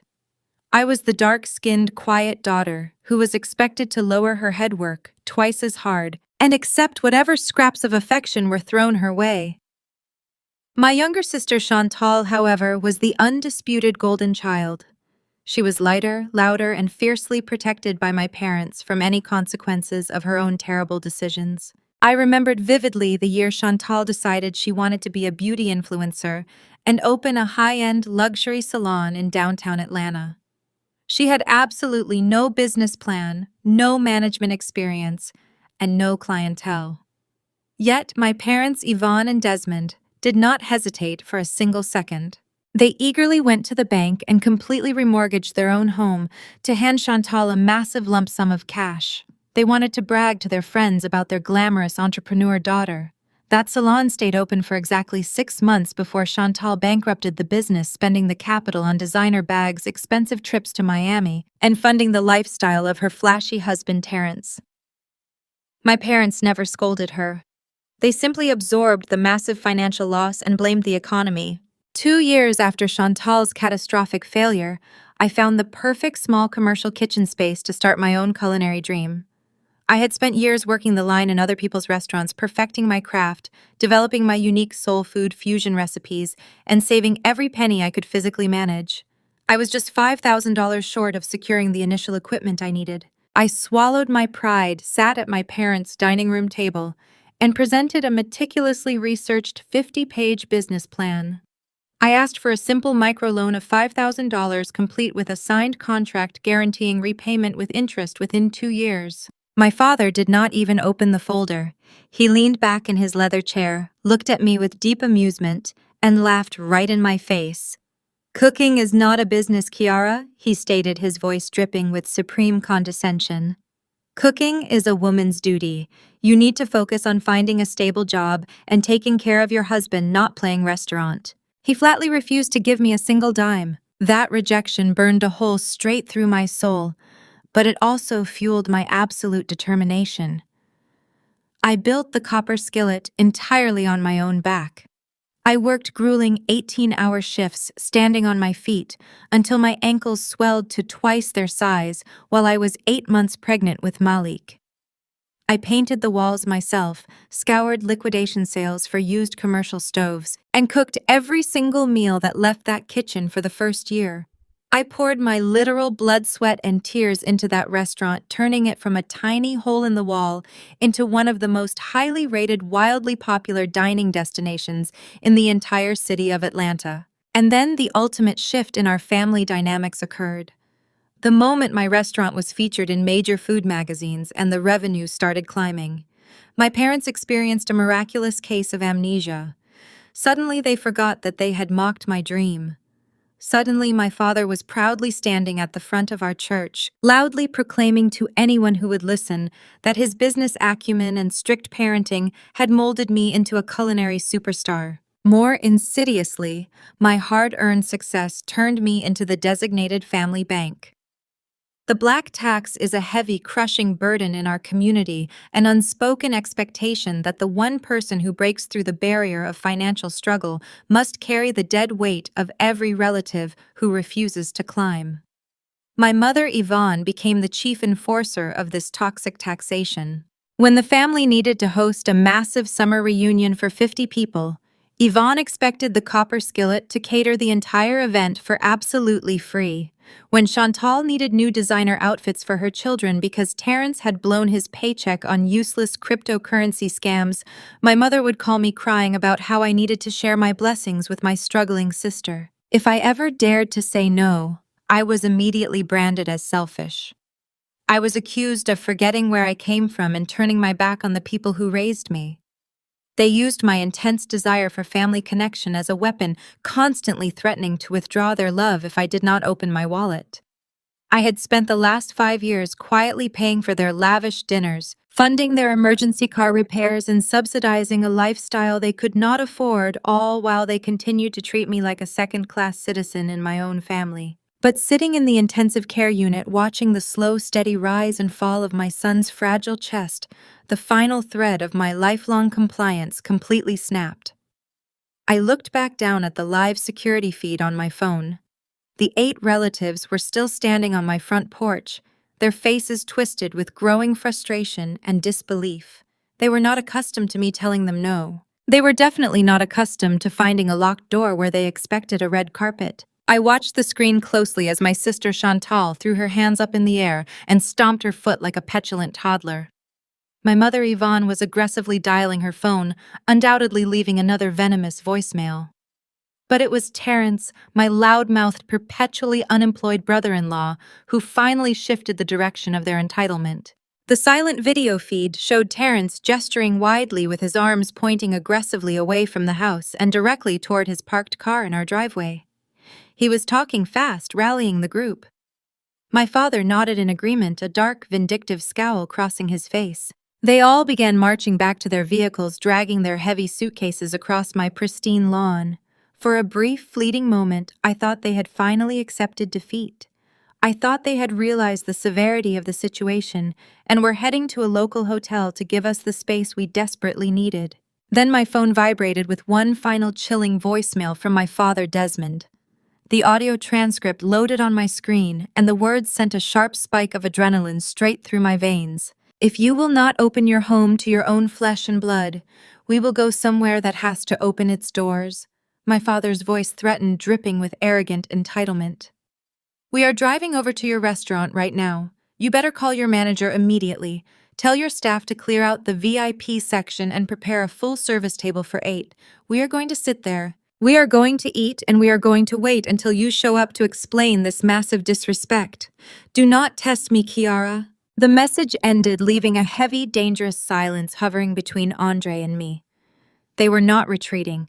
They were actively invading my sanctuary.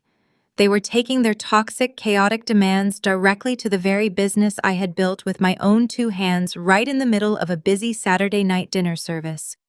They knew exactly how much my restaurant meant to me, and they were weaponizing my livelihood to force my submission while my son fought for his life in a hospital bed.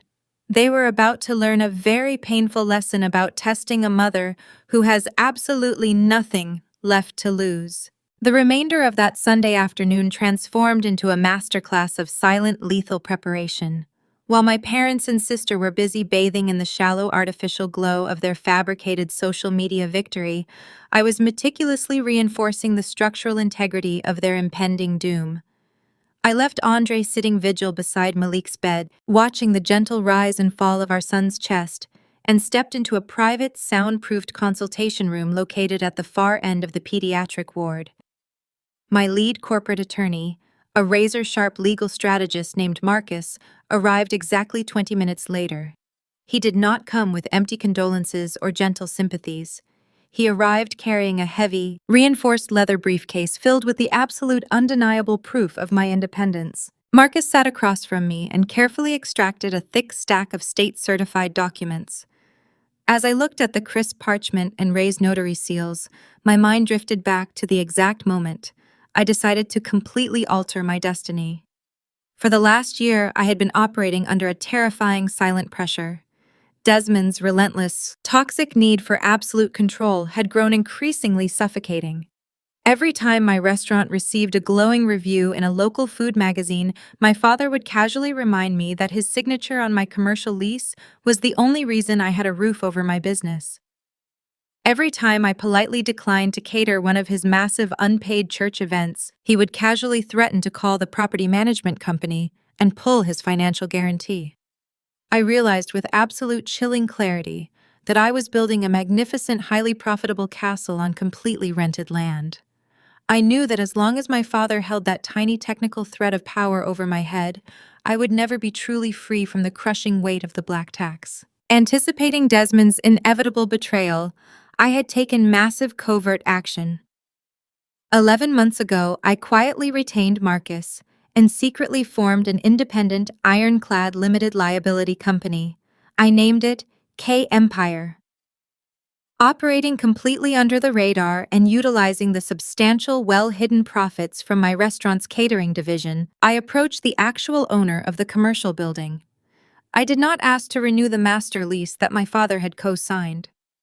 Instead, I made a highly aggressive all-cash offer to purchase the entire commercial property outright. The negotiations were incredibly swift and entirely confidential. 6 months ago, the ink dried on the final closing documents. The original lease agreement officially expired, rendering my father's previous financial guarantee completely null void and utterly meaningless. I was no longer a vulnerable tenant subject to the whims of an arrogant guarantor. My LLC owned the actual brick-and-mortar building. I was the supreme landlord.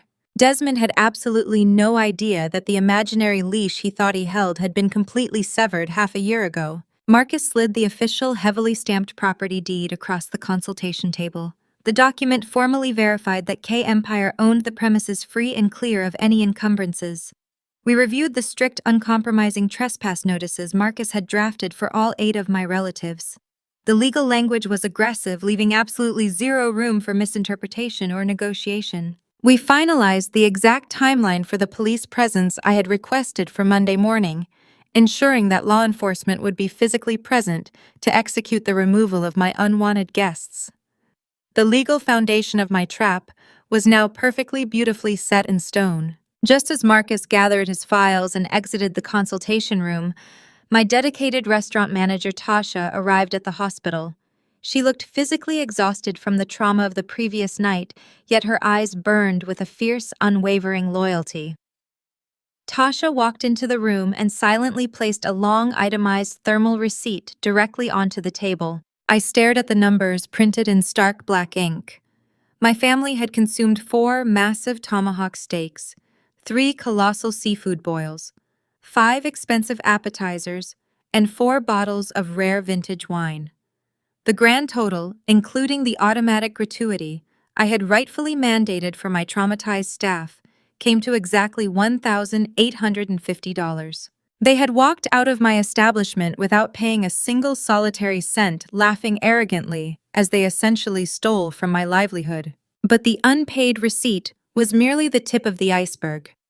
Tasha reached into her bag and pulled out a high-capacity encrypted tablet. She had spent her entire Sunday morning manually pulling and compiling the high-definition security footage from our newly upgraded camera system. "Kiara, you need to see this," Tasha said, her voice shaking with residual anger as she tapped the play button. The crystal-clear 4K resolution footage illuminated the screen, capturing every single angle of my family's hostile invasion. I watched the undeniable digital evidence of their complete disregard for my business and the law. The camera positioned over the main bar captured Terrence aggressively shoving his way past the velvet rope. The footage clearly showed him brazenly walking behind the counter, a strictly restricted zone, and aggressively grabbing top-shelf liquor bottles. I watched him carelessly pour massive measures of premium bourbon for himself and my uncle, laughing wildly as my head bartender repeatedly asked him to leave the restricted area. This was not just a rude, obnoxious display of entitlement. It was a severe, highly actionable violation of state health codes and a direct threat to my extremely valuable liquor license. Any health inspector reviewing that footage could instantly shut my doors and levy massive administrative fines. Tasha switched to the camera positioned near the private dining area. The audio recording was shockingly crisp. I listened to the sickening sound of my sister Chantal brutally verbally abusing my hardworking serving staff. She ruthlessly mocked a young waitress, aggressively snapping her fingers inches from the girl's face, and loudly threatening to fire her on Monday morning once the family executed their fictional takeover. I watched my mother Yvonne aggressively confronting paying customers, attempting to intimidate them into giving up their reserved seating. The footage was a horrifying, undeniable masterclass in pure concentrated toxicity. It provided me with every single piece of unassailable evidence I needed to justify calling the police and pressing formal charges for theft of services, public disturbance, and unauthorized access to restricted commercial zones. I thanked Tasha, assuring her that the reign of terror was officially over, and sent her home to rest before the impending storm. I carried the unpaid receipt and the encrypted tablet back to the intensive care unit. Andre was sitting exactly where I had left him, his laptop balanced precariously on his knees. While I had been securing the legal and physical evidence of my family's restaurant invasion, my brilliant husband had been utilizing his extensive background as a data analytics director to launch a devastating digital investigation. Andre possessed a deeply analytical mind, trained to identify patterns, expose anomalies, and track heavily concealed digital footprints. When Desmond had callously revealed that Terrence lost the family home in a fraudulent cryptocurrency scam, Andre had immediately gone to work. Andre turned his laptop screen toward me, displaying a complex interconnected web of public records, offshore routing numbers, and corporate filings. Terrence is not a tragic victim of a bad economy, Andre stated, his voice a low, lethal murmur. He is an incredibly sloppy, dangerously arrogant criminal. Andre had spent hours digging through the darkest corners of the internet, completely unmasking Terrence's elaborate financial facade. He had easily pulled the public records of Terrence's numerous highly fraudulent shell companies. The data revealed a pathetic, desperate trail of broken contracts, unpaid business loans, and aggressive tax liens. More importantly, Andre had located the exact public foreclosure documents for my parents' Florida home. The stark, bureaucratic paperwork detailed exactly how Terrence had illegally leveraged my parents' property to secure massive high-interest loans for a non-existent crypto exchange. He had effectively stolen their equity, funneled the cash into his own shady, untraceable accounts, and deliberately allowed the bank to seize the home while he continued to live a lavish, flashy lifestyle. The documents proved that my parents were completely bankrupt, totally desperate, and entirely dependent on successfully stealing my restaurant to avoid living in absolute poverty. We sat in the quiet, rhythmic hum of the hospital room and systematically compiled our devastating arsenal. We printed every single document, every public record, every timeline, and every piece of forensic evidence. We did not staple them together hastily. We meticulously placed every single sheet of paper into a series of crisp, immaculate, heavy black folders. The physical weight of the folders felt deeply satisfying in my hands. They were the ultimate manifestation of absolute truth. The trap we had drafted was flawless, airtight, and completely inescapable. We were not preparing to engage in a messy, emotional screaming match with irrational, desperate people. We were preparing to execute a cold, calculated, and legally binding dismantling of their entire reality. They genuinely thought they were walking into a submissive transfer of power. They believed they were going to intimidate me into handing over my multi-million-dollar empire to fix the catastrophic, humiliating mistakes of their precious golden child. We looked at the crisp black folders resting on the small hospital table. We were not just going to stop the hostile takeover. We were going to methodically strip away every single illusion they possessed. We were going to present them with the horrific, undeniable mirror of their own greed, their own fraud, and their own complete failure. And then, we were going to sever the bloodline completely. I looked down at Malik, his breathing deep and restorative, and I felt absolutely no guilt. The era of the black tax was officially terminated. Tomorrow morning at exactly 10 o'clock, my family was going to experience the absolute terrifying wrath of a woman who had finally learned the true, immeasurable value of her own crown. Monday morning arrived with a crisp, deceivingly peaceful breeze. At exactly 10 minutes to 10, the copper skillet was completely closed to the general public. The heavy velvet curtains were drawn tight against the large front windows, casting the expansive dining room in a muted theatrical shadow. The usual chaotic symphony of clinking silverware and lively conversations had been entirely replaced by a heavy, expectant silence. All the dining chairs were neatly stacked upside down on the polished wooden tables, except for one specific area. In the very center of the room, I had instructed my staff to leave one long mahogany dining table perfectly cleared. I sat absolutely still at the head of this table. I wore a sharply tailored emerald green business suit projecting the immovable authority of an absolute monarch waiting for a treasonous rebellion to present itself. The thick black folders Andre and I had meticulously compiled at the hospital rested squarely in front of me, aligning perfectly with the edge of the wood. At precisely 9:50, the heavy brass handle of the front glass door turned. The lock disengaged with a loud click, and my entire family strutted through the entrance. They did not walk in quietly or respectfully. They invaded the space with the loud, booming arrogance of conquering heroes returning to claim their glorious spoils.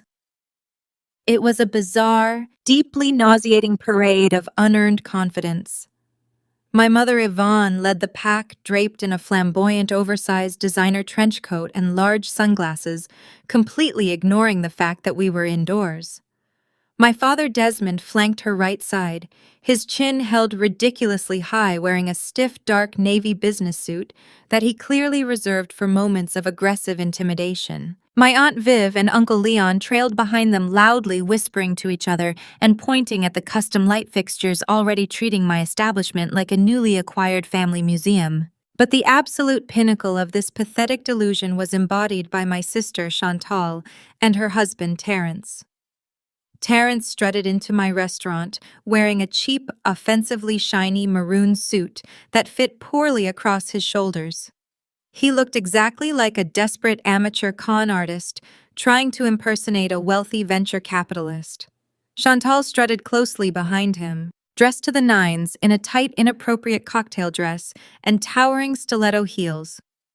She had a massive fake leather tote bag slung over her arm, walking with the exaggerated sway of a reality television star who firmly believed cameras were rolling. They looked utterly ridiculous.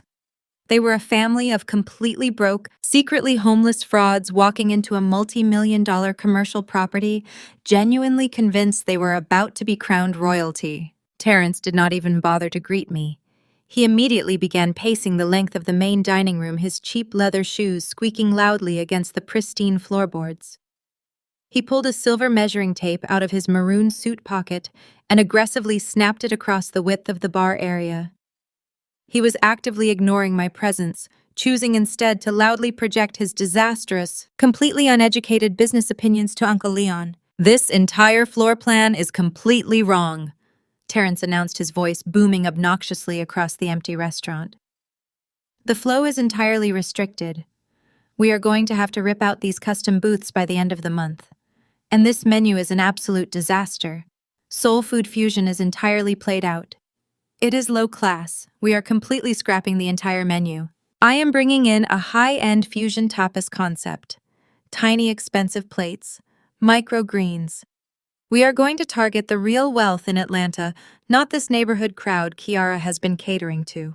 I sat perfectly still, my hands resting lightly on the black folders, listening to a chronically unemployed crypto scammer confidently detail his plans to gut a highly profitable award-winning culinary institution.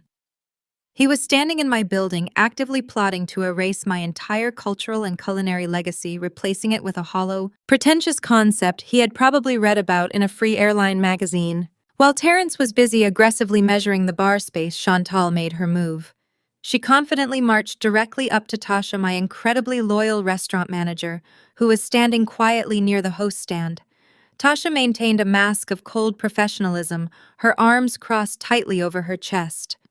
Chantal reached into her oversized tote bag and pulled out a small, glossy, freshly printed stack of cardstock. She plucked one card from the top and aggressively shoved it directly into Tasha's chest. "You need to memorize this," Tasha Chantal ordered, her voice dripping with extreme toxic condescension. "I am instituting a complete dress code overhaul for the waitstaff starting tomorrow. I also want you to compile all the employee schedules and hand them over to me by noon today. Anyone who complains about the new management structure will be terminated immediately. Tasha did not flinch. She slowly raised her hand, took the glossy card from Chantal, and looked down at it. I could clearly see the text printed in bold, shiny gold lettering from where I sat. It read, Chantal Williams, co-CEO and Chief Creative Director. My sister, a woman who had managed to bankrupt a luxury salon in under 6 months, had actually spent her Sunday evening running to a local print shop to create fake executive business cards for a company she did not own. The sheer magnificent magnitude of her delusion was almost physically painful to witness. Tasha slowly lifted her eyes from the ridiculous business card. She looked past Chantal, catching my eye from across the room. I gave Tasha a very slow, almost imperceptible nod. Let them play. Let them fully engage in this pathetic fantasy. Tasha simply placed the card on the host stand, stepped back, and remained totally silent, completely refusing to validate my sister's frantic power trip. The initial spectacle of their arrival slowly settled as my father Desmond realized I was sitting quietly at the head of the dining table. He marched down the center aisle of the restaurant, completely ignoring the fact that I was the sole creator of the space he was currently occupying. He did not ask how Malik was doing. He did not ask if my son had survived the night in the intensive care unit. His entire focus was entirely consumed by his desperate, tyrannical need to secure his financial lifeline. Desmond reached the head of the table. He did not sit down. He deliberately stood over me, utilizing his physical height in a pathetic attempt to intimidate me into submission. He reached inside his tailored suit jacket and pulled out a thick, heavily stapled stack of legal documents. With a sharp, aggressive flick of his wrist, he tossed the heavy paperwork directly onto the table in front of me. The papers slid across the polished wood, stopping inches from my carefully arranged black folders. This is the operational transfer agreement. Desmond commanded, his voice cold, hard, and utterly devoid of any paternal warmth. I had a paralegal drafted up yesterday afternoon. It officially relinquishes your managerial authority and transfers all day-to-day operational control, banking access, and vendor rights directly to Terrence and Chantal. You sign the bottom of page 7, and we will handle the notary later today. I stared down at the documents, feeling the cold titanium core inside my chest harden into something completely unbreakable. But Desmond was not finished. His arrogance had not yet reached its absolute horrifying peak. Once you sign that, Desmond continued, his tone shifting into something even more invasive and demanding. You need to hand over the physical keys to your house to your sister. Terrence and Chantal have a growing family, and they need proper space to operate as the new executives of this brand. They will be taking over the master bedroom of your property starting tonight. You and Andre can easily move all of your belongings into the smaller guest room. The air in the restaurant instantly vanished. The sheer, unadulterated audacity of his demand hung thickly over the table, suffocating the very atmosphere. He was not just trying to steal my business. He was aggressively attempting to completely displace me from my own private sanctuary. He was casually ordering me to pack up my belongings, vacate my own master bedroom, and surrender my home to my deeply incompetent sister and her fraudulent husband. He expected me and Andre to cram ourselves into a tiny guest room while we navigated the grueling, terrifying reality of a pediatric medical crisis.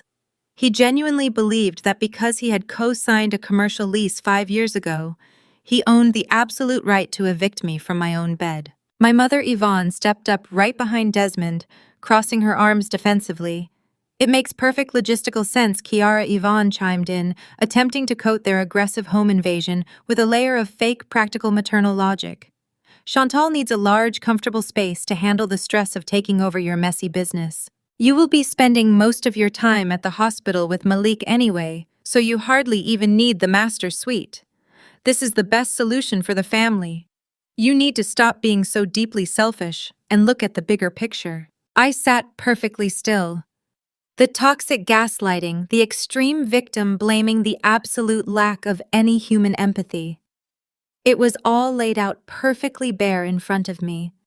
They viewed me as nothing more than an obstacle to be aggressively removed and a resource to be viciously plundered. They truly believed I was weak enough, tired enough, and broken enough to simply hand over the keys to my entire kingdom. I slowly reached out toward the center of the table.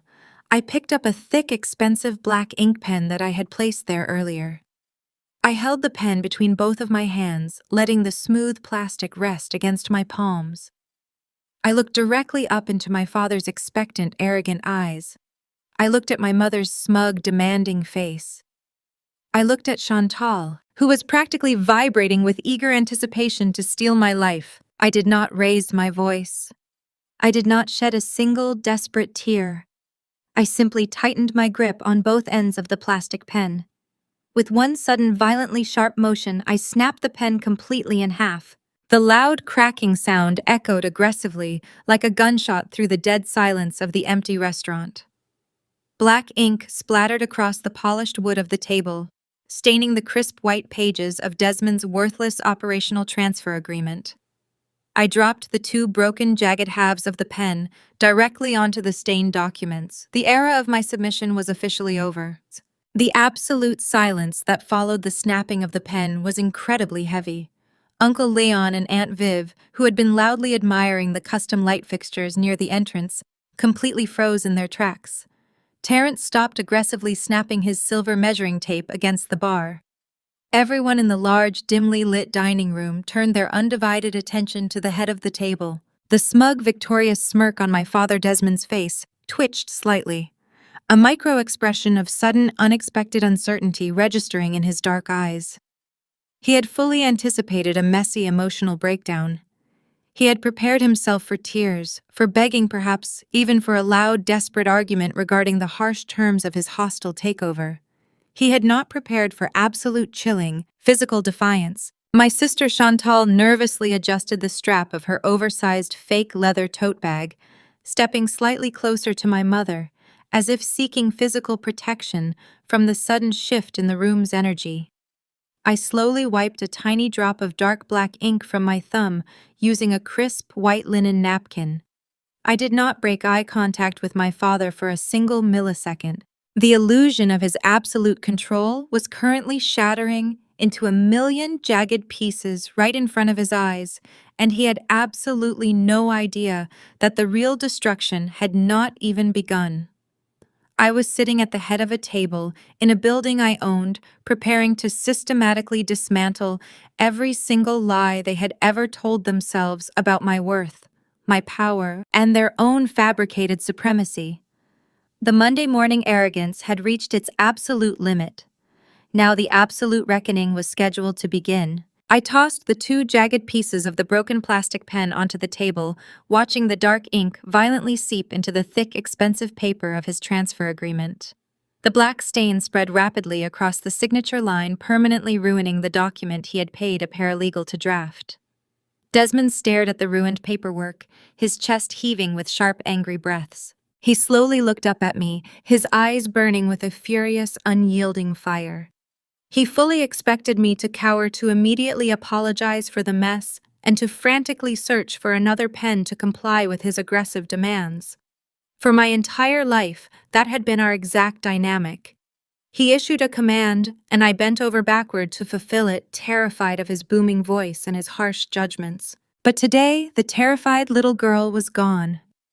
Instead, I leaned back comfortably in my heavy leather chair, crossed my arms defensively over my chest, and looked at him with an expression of complete, absolute indifference. "I am not signing anything, Desmond," I stated.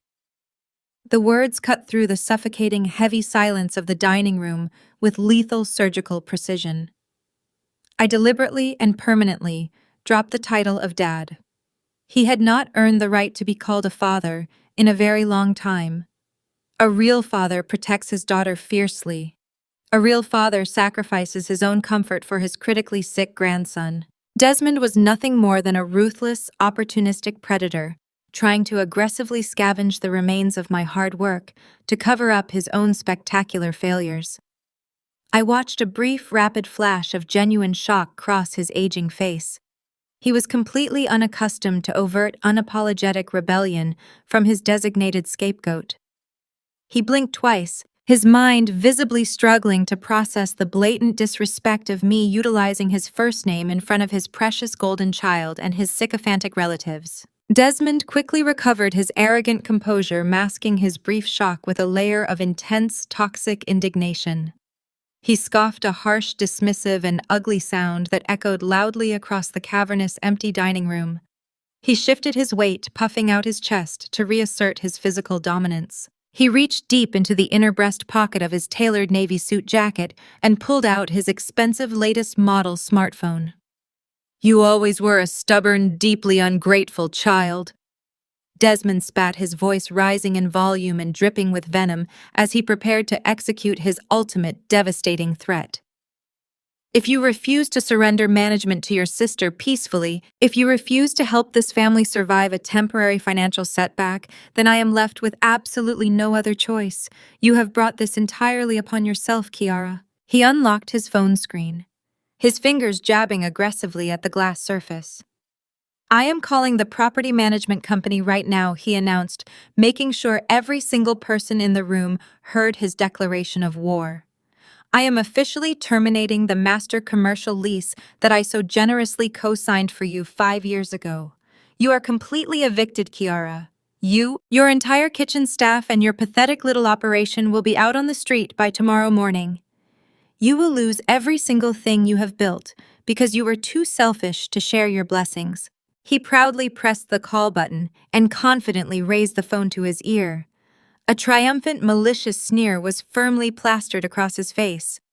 He was bathing in the glorious anticipation of my impending destruction. My mother Yvonne smiled brightly from the sidelines, crossing her arms in sheer vindictive satisfaction. She nodded approvingly at her husband, thrilled that the defiant daughter was finally being put in her place. Terence chuckled loudly from the bar area, slapping the mahogany counter in anticipation of his imminent promotion to general manager. Chantal smirked, adjusting her designer dress, fully believing she had just inherited a multi-million-dollar restaurant without lifting a single finger. We all sat in the heavy, expectant silence, waiting for the devastating call to connect. One agonizing second passed, then two. Desmond stood tall, waiting for the receptionist at the property management firm to answer his call and execute his wrath. Suddenly, a sharp, piercing, and incredibly loud ringing sound shattered the absolute tension in the room. It was not a generic restaurant landline ringing in the background. The sound was coming directly from the sleek, black smartphone resting face up on the mahogany table positioned right next to my pristine black evidence folders.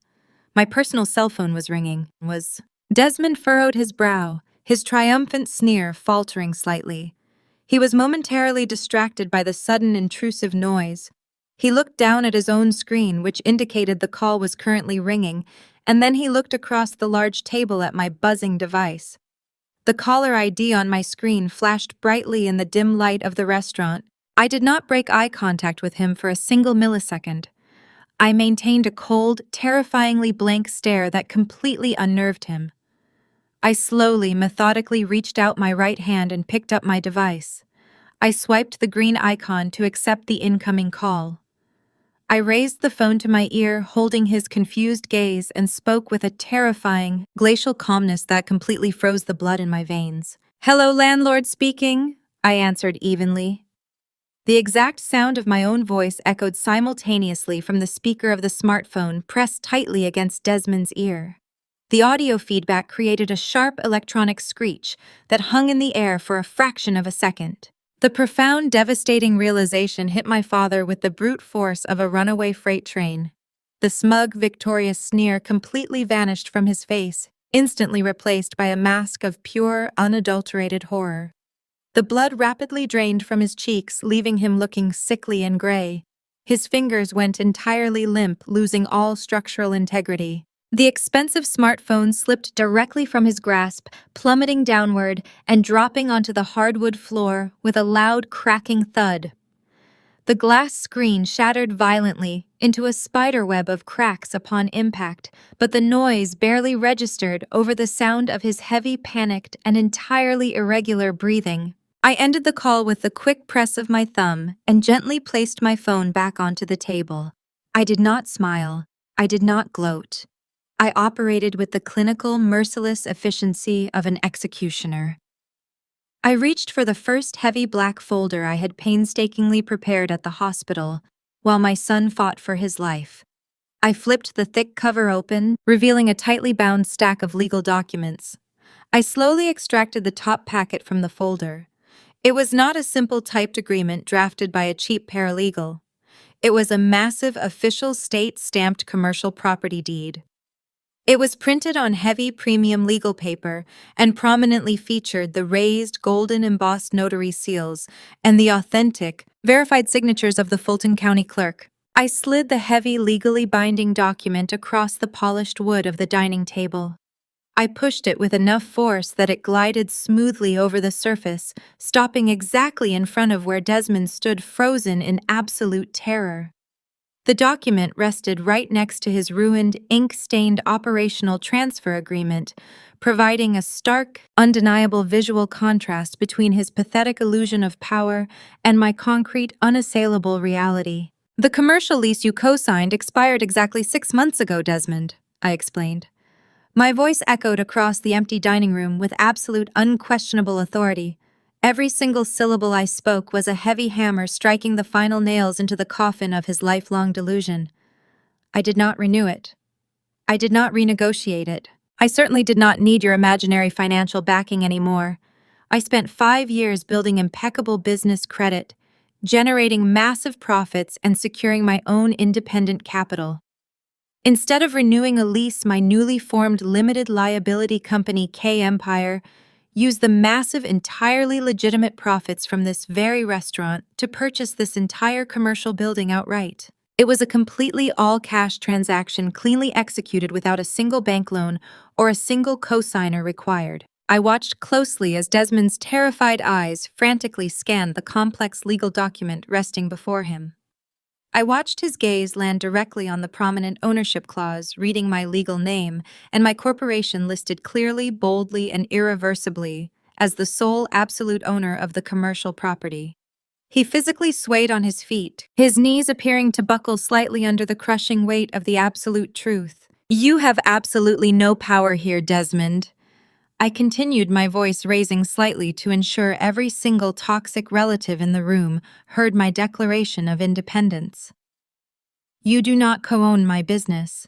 You do not control my commercial space. You do not have the authority to fire my staff, change my menu, or install your incompetent son-in-law behind my bar. You do not hold a single, solitary ounce of leverage over my livelihood. I am not your tenant. I am your landlord.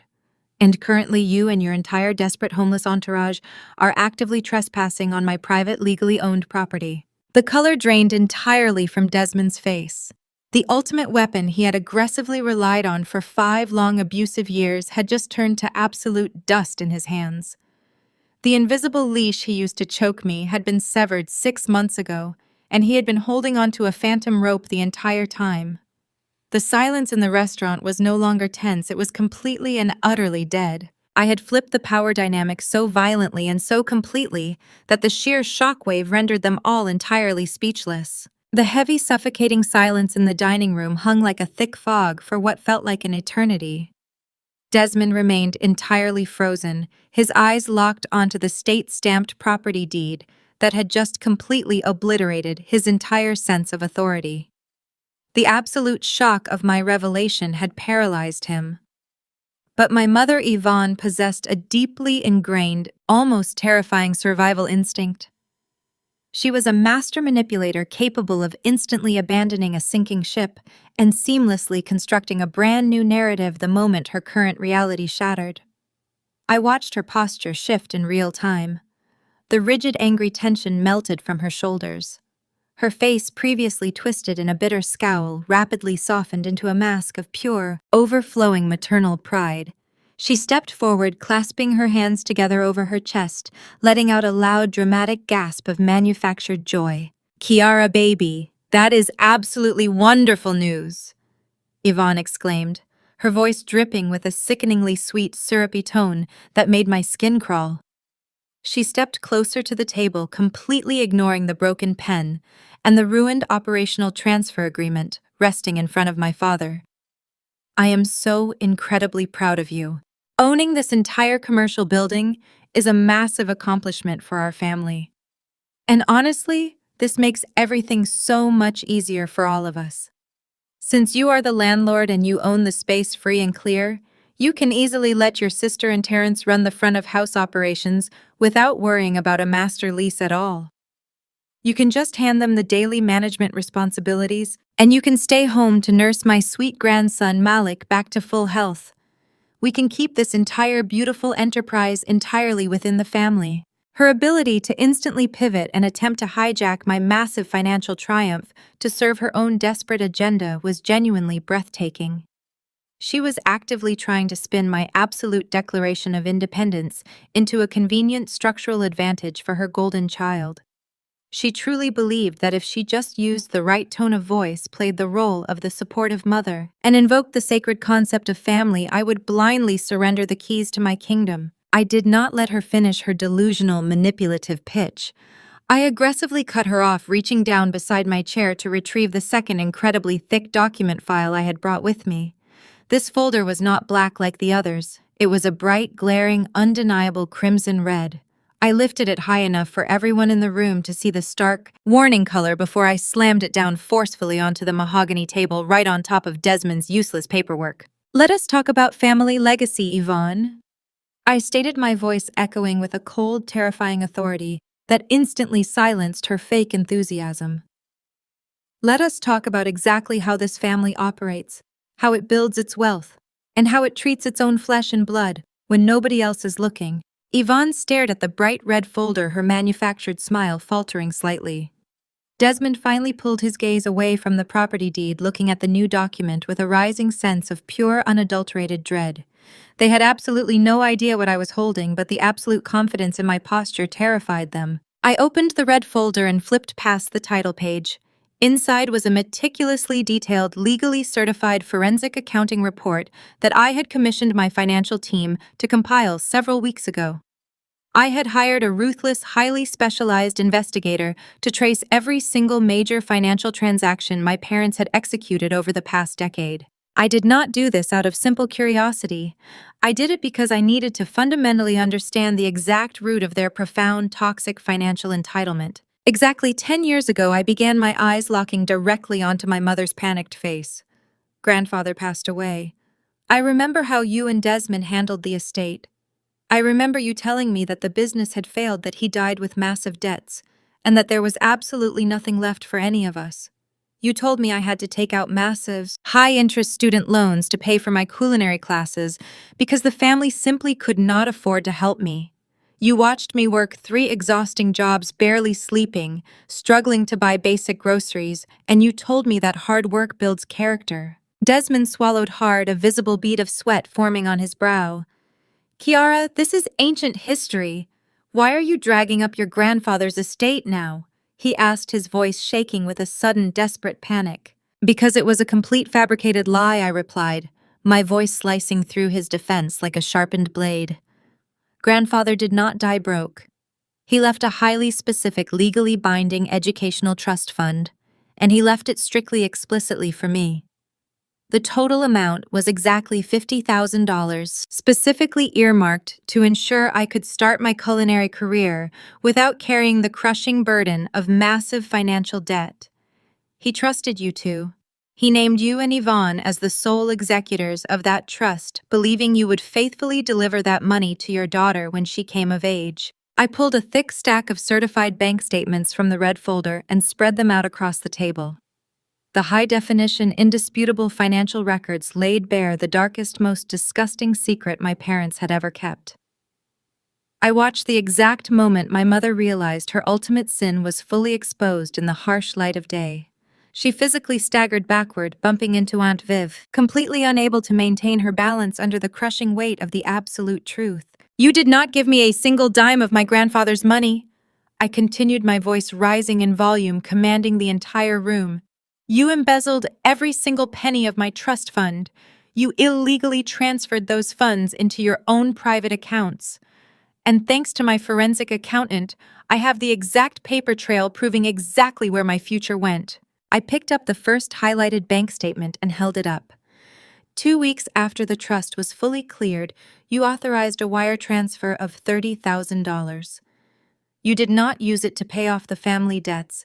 You used my educational trust fund to buy Chantal a brand new luxury sports car for her 20th birthday. You bought her a premium vehicle using the exact money that was supposed to secure my entire future. Chantal's head snapped up, her eyes wide with genuine, unadulterated shock. She stared at my mother, her mouth hanging open. She had always believed her parents were simply wealthy and generous. She never once questioned where the money came from. "And the remaining $20,000, I said, turning my gaze to my arrogant, currently speechless brother-in-law. "You wired that directly to a high-risk debt collection agency in Las Vegas to pay off Terrence's early catastrophic gambling debts before he even married into this family. You stole my literal future to fund your golden child's extravagant lifestyle and to bail out a reckless, unemployed scammer." The air in the room grew incredibly dense, heavy with the suffocating realization of their monumental crime. My Aunt Viv and Uncle Leon looked at my parents with absolute unfiltered disgust. They had been completely unaware of the horrific financial abuse happening behind closed doors. "You told everyone in this city that I was difficult, that I was ungrateful, that I refused to accept your help," I stated, the cold fury burning intensely in my chest. "You watched me bleed for this restaurant. You watched me stand on my swollen feet for 18 hours a day while pregnant, begging for a tiny microloan, and you laughed in my face. You mocked my dreams while sitting comfortably on the money you actively stole from me. You did not build me," I stated coldly, delivering the ultimate devastating blow. "You robbed me. You are not my benefactors. You are common, desperate thieves." The absolute trap I had meticulously designed completely snapped shut, catching every single one of them in its jagged steel teeth. The perfect, highly curated family facade did not just crack it violently, explosively crumbled from within.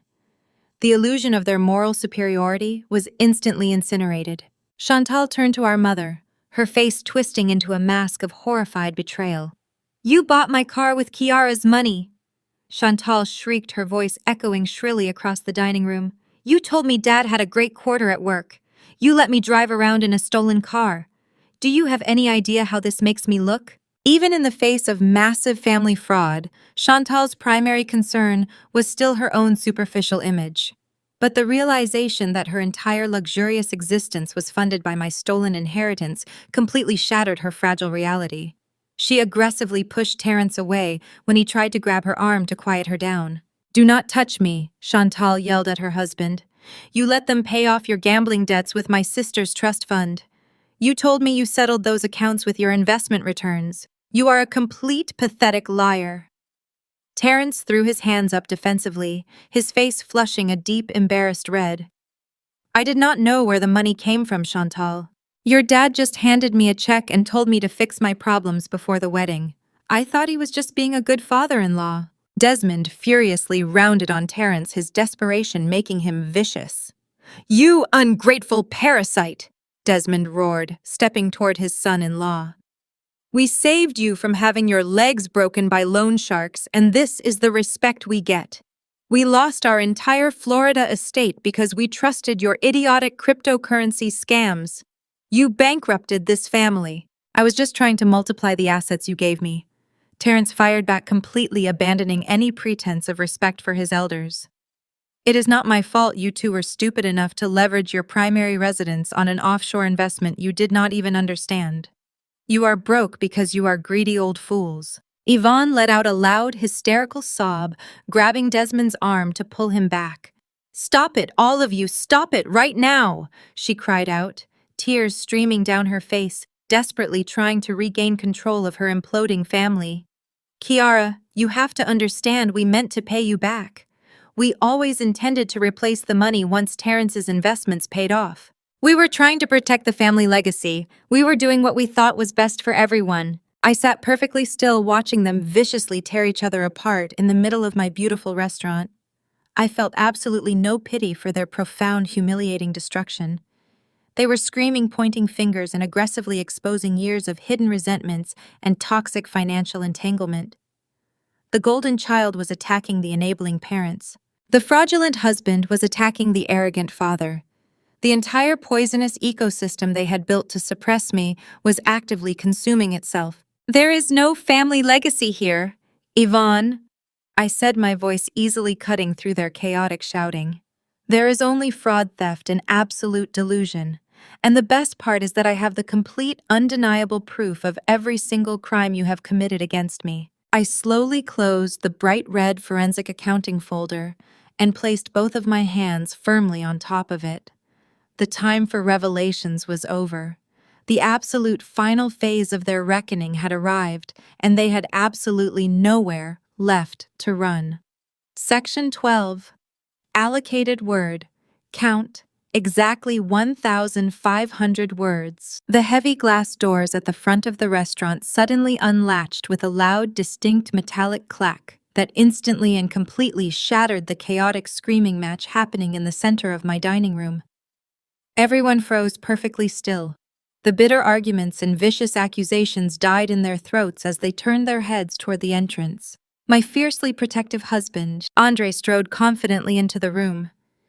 He had been quietly waiting outside the building the entire time, perfectly timing his entrance to align with my precise signal. He was not alone. Flanking him on either side were two heavily armed, fully uniformed officers from the Atlanta Police Department. Their heavy-duty boots thudded rhythmically against the polished hardwood floors, the sound echoing ominously throughout the silent, empty restaurant. The bright silver badges pinned to their broad chests caught the ambient light, acting as a glaring, undeniable symbol of absolute, terrifying authority. The sheer, paralyzing terror that instantly washed over my family was a magnificent, highly satisfying sight to behold. Terrence instinctively took 2 large steps backward, his eyes widening in pure panic as he stared at the approaching officers. His cheap maroon suit suddenly looked even more ridiculous against his trembling frame. Chantal let out a small, terrified gasp, her hands flying up to cover her mouth as she realized the severe legal consequences of their arrogant invasion were finally arriving. My mother, Yvonne, completely stopped her hysterical sobbing, her face draining of all color as the officers positioned themselves strategically near the main exit, effectively blocking any potential avenue of escape. My father, Desmond, the man who had loudly proclaimed himself the untouchable patriarch of this family just 20 minutes ago, stood completely paralyzed. His broad shoulders slumped forward in total crushing defeat, rendering him utterly speechless for the very first time in my entire life. I did not give them a single moment to process the sudden arrival of law enforcement or attempt to craft another pathetic, manipulative excuse. I maintained my cold, unwavering composure, operating with the lethal precision of a highly trained surgeon excising a deadly tumor. I slowly reached into the sleek leather portfolio resting beside my red forensic accounting folder. I pulled out a long, freshly printed thermal receipt.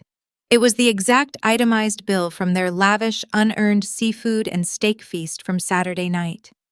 I held the crisp white paper by the very edge and aggressively slid it across the smooth mahogany table directly toward Terrence. The paper glided effortlessly over the wood, stopping precisely inches from his shaking hands. "You have exactly 60 seconds to pay this bill in full," I commanded, my voice slicing through the heavy, suffocated air with the terrifying force of a sharpened blade. "The grand total is exactly $1,850. This covers the 4 tomahawk steaks you devoured, the premium seafood boils you gorged on, the rare vintage wine you recklessly opened, and the mandatory 18% gratuity you owe my traumatized staff for enduring your obnoxious, entitled behavior." Terrence stared down at the long white receipt as if it were a highly venomous snake preparing to strike. He swallowed hard, his Adam's apple bobbing nervously in his throat. "Kiara, come on now." Terrence stammered, his voice cracking with undeniable fear as he frantically glanced toward the 2 police officers standing nearby. "You know we do not have that kind of cash on us right now. We just lost the house. We are completely broke. You cannot seriously expect me to cover a $2,000 dinner bill on a Monday morning. We are family. You have to give us some time to figure this out." I leaned forward slightly, resting my forearms firmly on the table. My eyes locked onto his, completely devoid of any sympathy, mercy, or hesitation. "I am absolutely not negotiating with you, Terrence. I stated with freezing, absolute certainty. If you do not pull out your wallet and pay this exact bill right now, I will instruct these officers to arrest you immediately for the direct theft of commercial services. Furthermore, I will press formal severe charges for the blatant liquor license violations you committed when you illegally trespassed behind my commercial bar on Saturday night. I have already handed over the pristine 4K resolution security footage to the authorities. They have clear, undeniable video evidence of you breaking the law, stealing premium alcohol, and deliberately jeopardizing the liquor license that sustains my entire livelihood. You will leave this restaurant in handcuffs, and I will ensure the local prosecutor pursues the maximum possible penalty for your arrogant crimes. My mother Yvonne completely broke down, abandoning any remaining shred of her pride or her meticulously crafted social image. She practically threw herself against the edge of the dining table, tears streaming heavily down her ruined makeup. "Kiara, please, I am begging you." Yvonne cried out, her voice a shrill, desperate plea for mercy. "Do not send him to jail. Do not do this to your sister. We have already lost our beautiful home. We have lost all our money. We have absolutely nothing left in this world. You cannot destroy your own family like this. Have some mercy in your heart.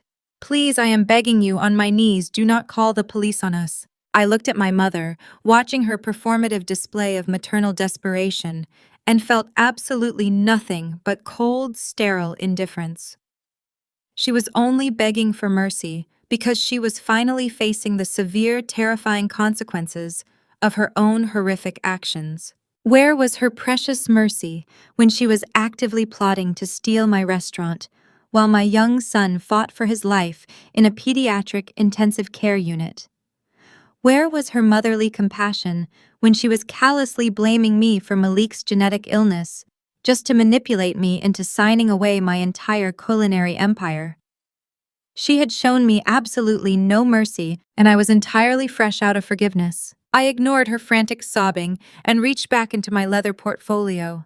I pulled out a thick, heavy stack of freshly printed, legally binding documents that my corporate attorney Marcus had meticulously prepared late last night. I dropped the heavy stack directly into the center of the mahogany table. The loud smack of the paper hitting the wood made Chantal physically jump backward in fear. "These are 8 formal, legally binding trespass notices," I announced, ensuring my voice carried clearly to every single relative cowering in the room. "They have been officially filed with the Atlanta Police Department and properly registered with the county clerk. From this exact moment forward, if any single one of you ever dares to come within 100 yards of this restaurant, my private home, or the hospital where my son is currently recovering, you will be immediately arrested and prosecuted to the fullest extent of the law. You are permanently banished from my property, from my business, and from my entire life." Desmond remained entirely speechless, his eyes wide and vacant as his entire world completely collapsed around him. The powerful, tyrannical patriarch had been thoroughly dismantled and reduced to a silent, terrified spectator in his own devastating ruin. He could not muster a single word of defense or offer a single arrogant command. He was completely broken. I stood up slowly from my heavy leather chair, projecting absolute, unquestionable dominance over the room. "And let me make one final crystal clear promise to all of you," I said, my voice ringing with lethal, uncompromising authority. "If you ever attempt to contact me, my husband, or my child again, if you ever try to launch another pathetic smear campaign on social media, or if you ever try to harass my dedicated restaurant staff, I will not hesitate to take this red folder straight to the federal authorities. I will officially file federal embezzlement charges against you for stealing the $50,000 educational trust fund that my grandfather left me. I will hand over the forensic accounting report, the bank statements, and the wire transfer records. You will not just lose your home, you will lose your freedom, and you will spend the remaining years of your lives rotting in a federal prison cell. Do I make myself absolutely clear?" The sheer, terrifying magnitude of my ultimatum completely crushed whatever tiny sliver of resistance they had left. The threat of federal prison time for embezzlement was the final devastating blow that completely shattered their arrogant facade. Terrence let out a panicked, whimpering sound. He frantically dug his trembling hands into the pockets of his cheap maroon suit, desperately pulling out a worn leather wallet. His hands were shaking so violently that he dropped several credit cards onto the floor before managing to grab the ones he needed.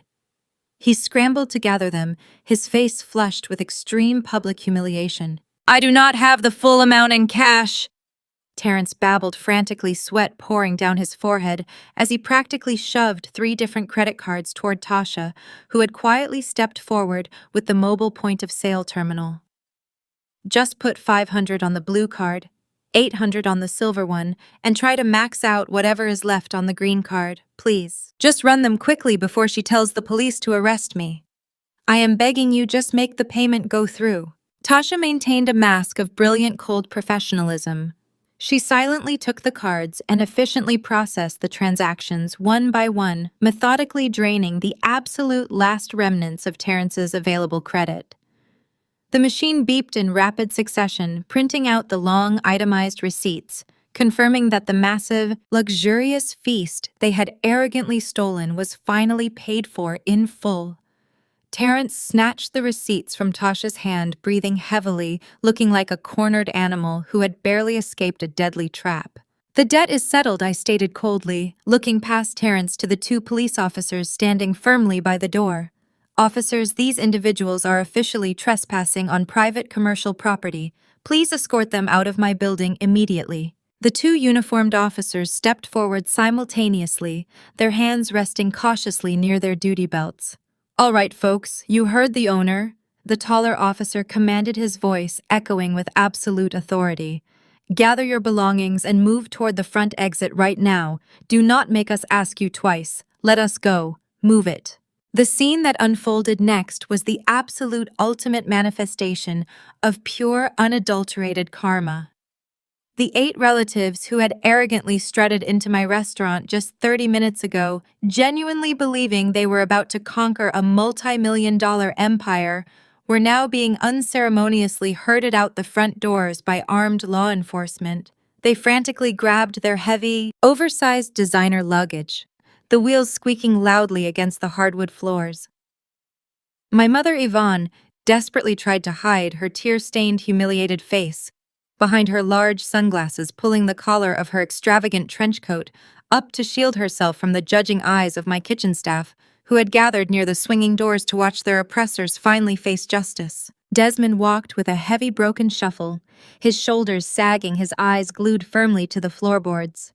He looked like an empty, hollow shell of a man, utterly stripped of his power, his money, and his pride. Chantal stumbled awkwardly in her towering stiletto heels, dragging a massive suitcase behind her, completely unable to maintain her fake, glamorous persona while being actively evicted by the police.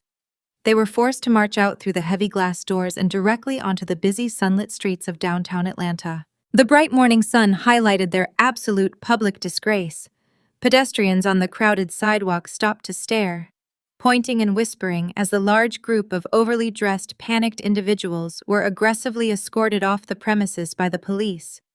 The family that had cared so deeply about their pristine public image, the family that had constantly belittled me to elevate their own social standing, was now experiencing the most profound, devastating public humiliation imaginable in broad daylight. They dragged their heavy bags down the concrete sidewalk, looking entirely pathetic, completely broke, and utterly destroyed. I stood firmly in the doorway of my restaurant, watching them retreat into the distance. The crushing lifelong burden of the black tax, the suffocating emotional abuse, and the constant terrifying manipulation were finally over. I had successfully defended my hard-earned empire, protected my beautiful family, and reclaimed my absolute peace. They had absolutely nothing left, and I had everything. The immediate aftermath of their spectacular public eviction unfolded exactly as I had anticipated. My parents, entirely stripped of their stolen assets and stripped of their false pride, were violently thrust into the harsh reality they had spent their entire lives trying to avoid. With their Florida estates securely in the hands of the bank and their bank accounts completely drained by Terrence's catastrophic failures, they had absolutely nowhere to go. They were forced to rent a single cramped room in a notoriously run-down cheap motel located far outside the Atlanta city limits. The glamorous, high-society lifestyle they had ruthlessly maintained by exploiting my hard work evaporated overnight, replaced by the grim, undeniable reality of stained carpets and flickering neon signs. The fragile, toxic alliances within their group immediately began to fracture under the intense pressure of severe poverty. Less than a week after their humiliating exit from my restaurant, Terrence proved exactly what kind of man he truly was.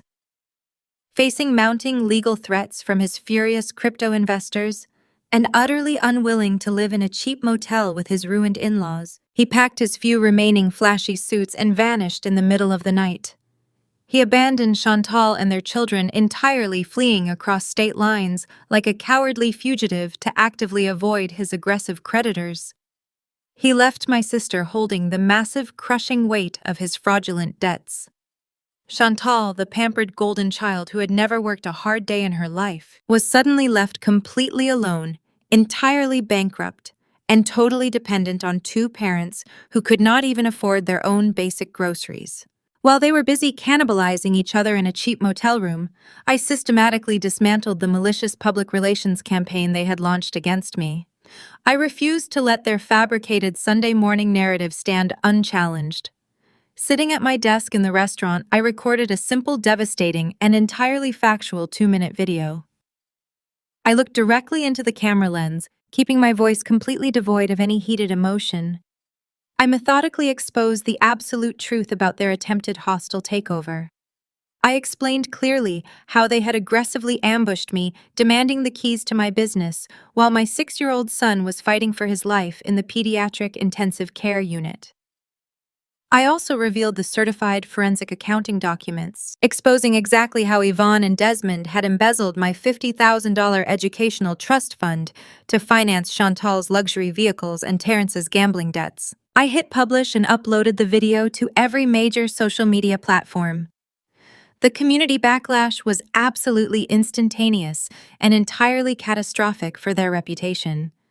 The meticulously crafted pious illusions they had built within the Atlanta community completely disintegrated within hours. The very same toxic church aunties and judgmental relatives who had enthusiastically praised Yvonne for her fake maternal sacrifice just 24 hours earlier abruptly reversed their positions. They flooded my comments with frantic apologies and immediately turned their harsh, judgmental wrath directly onto my parents. Yvonne and Desmond were universally shunned by their congregation. They were permanently expelled from their social clubs and completely ostracized from every single community circle they had once dominated. They became social pariahs forced to endure the exact same brutal, isolating judgment they had so happily inflicted upon me for my entire life. The heavy toxic storm that had threatened to consume my family finally broke, leaving behind a clear, brilliant sky. Several weeks later, the scene at my home was a breathtaking contrast to the sterile, terrifying hospital room where this battle had originally begun. It was a remarkably warm, beautifully sunny afternoon in Atlanta.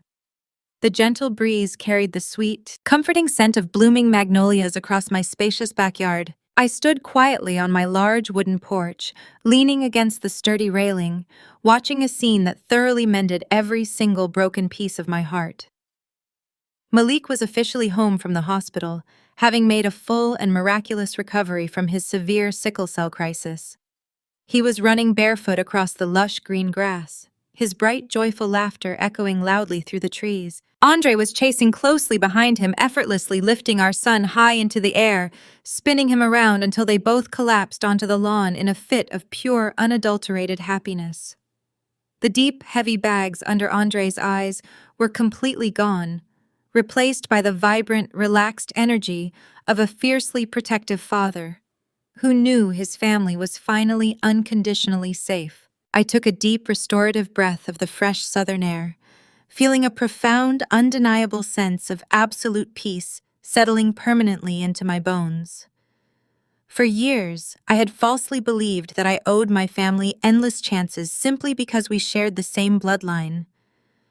I had carried the immense suffocating burden of the black tax, allowing their demands to drain my resources and crush my spirit. But watching my son play safely in the yard, completely insulated from their toxic manipulation, I fully realized the greatest truth of my life. Sometimes achieving total peace requires taking a scalpel to your own life and ruthlessly excising a malignant tumor, even if that tumor happens to share your exact DNA. I stood tall on my porch, firmly grounded in the absolute reality that I had earned every single ounce of my current happiness. I fully owned my highly successful culinary empire. I entirely owned my beautiful home, and most importantly, I finally owned my peace. I had successfully defended my entire kingdom against the very people who should have protected it, proving once and for all that my incredible strength was truly entirely my own. Family isn't blood. Family is who stands by you in the ICU, not who tries to rob you while you're there. Have you ever had to clean up the mess your toxic family left behind? Drop your story in the comments. Remember, your success is your own, and no one has the right to claim your crown.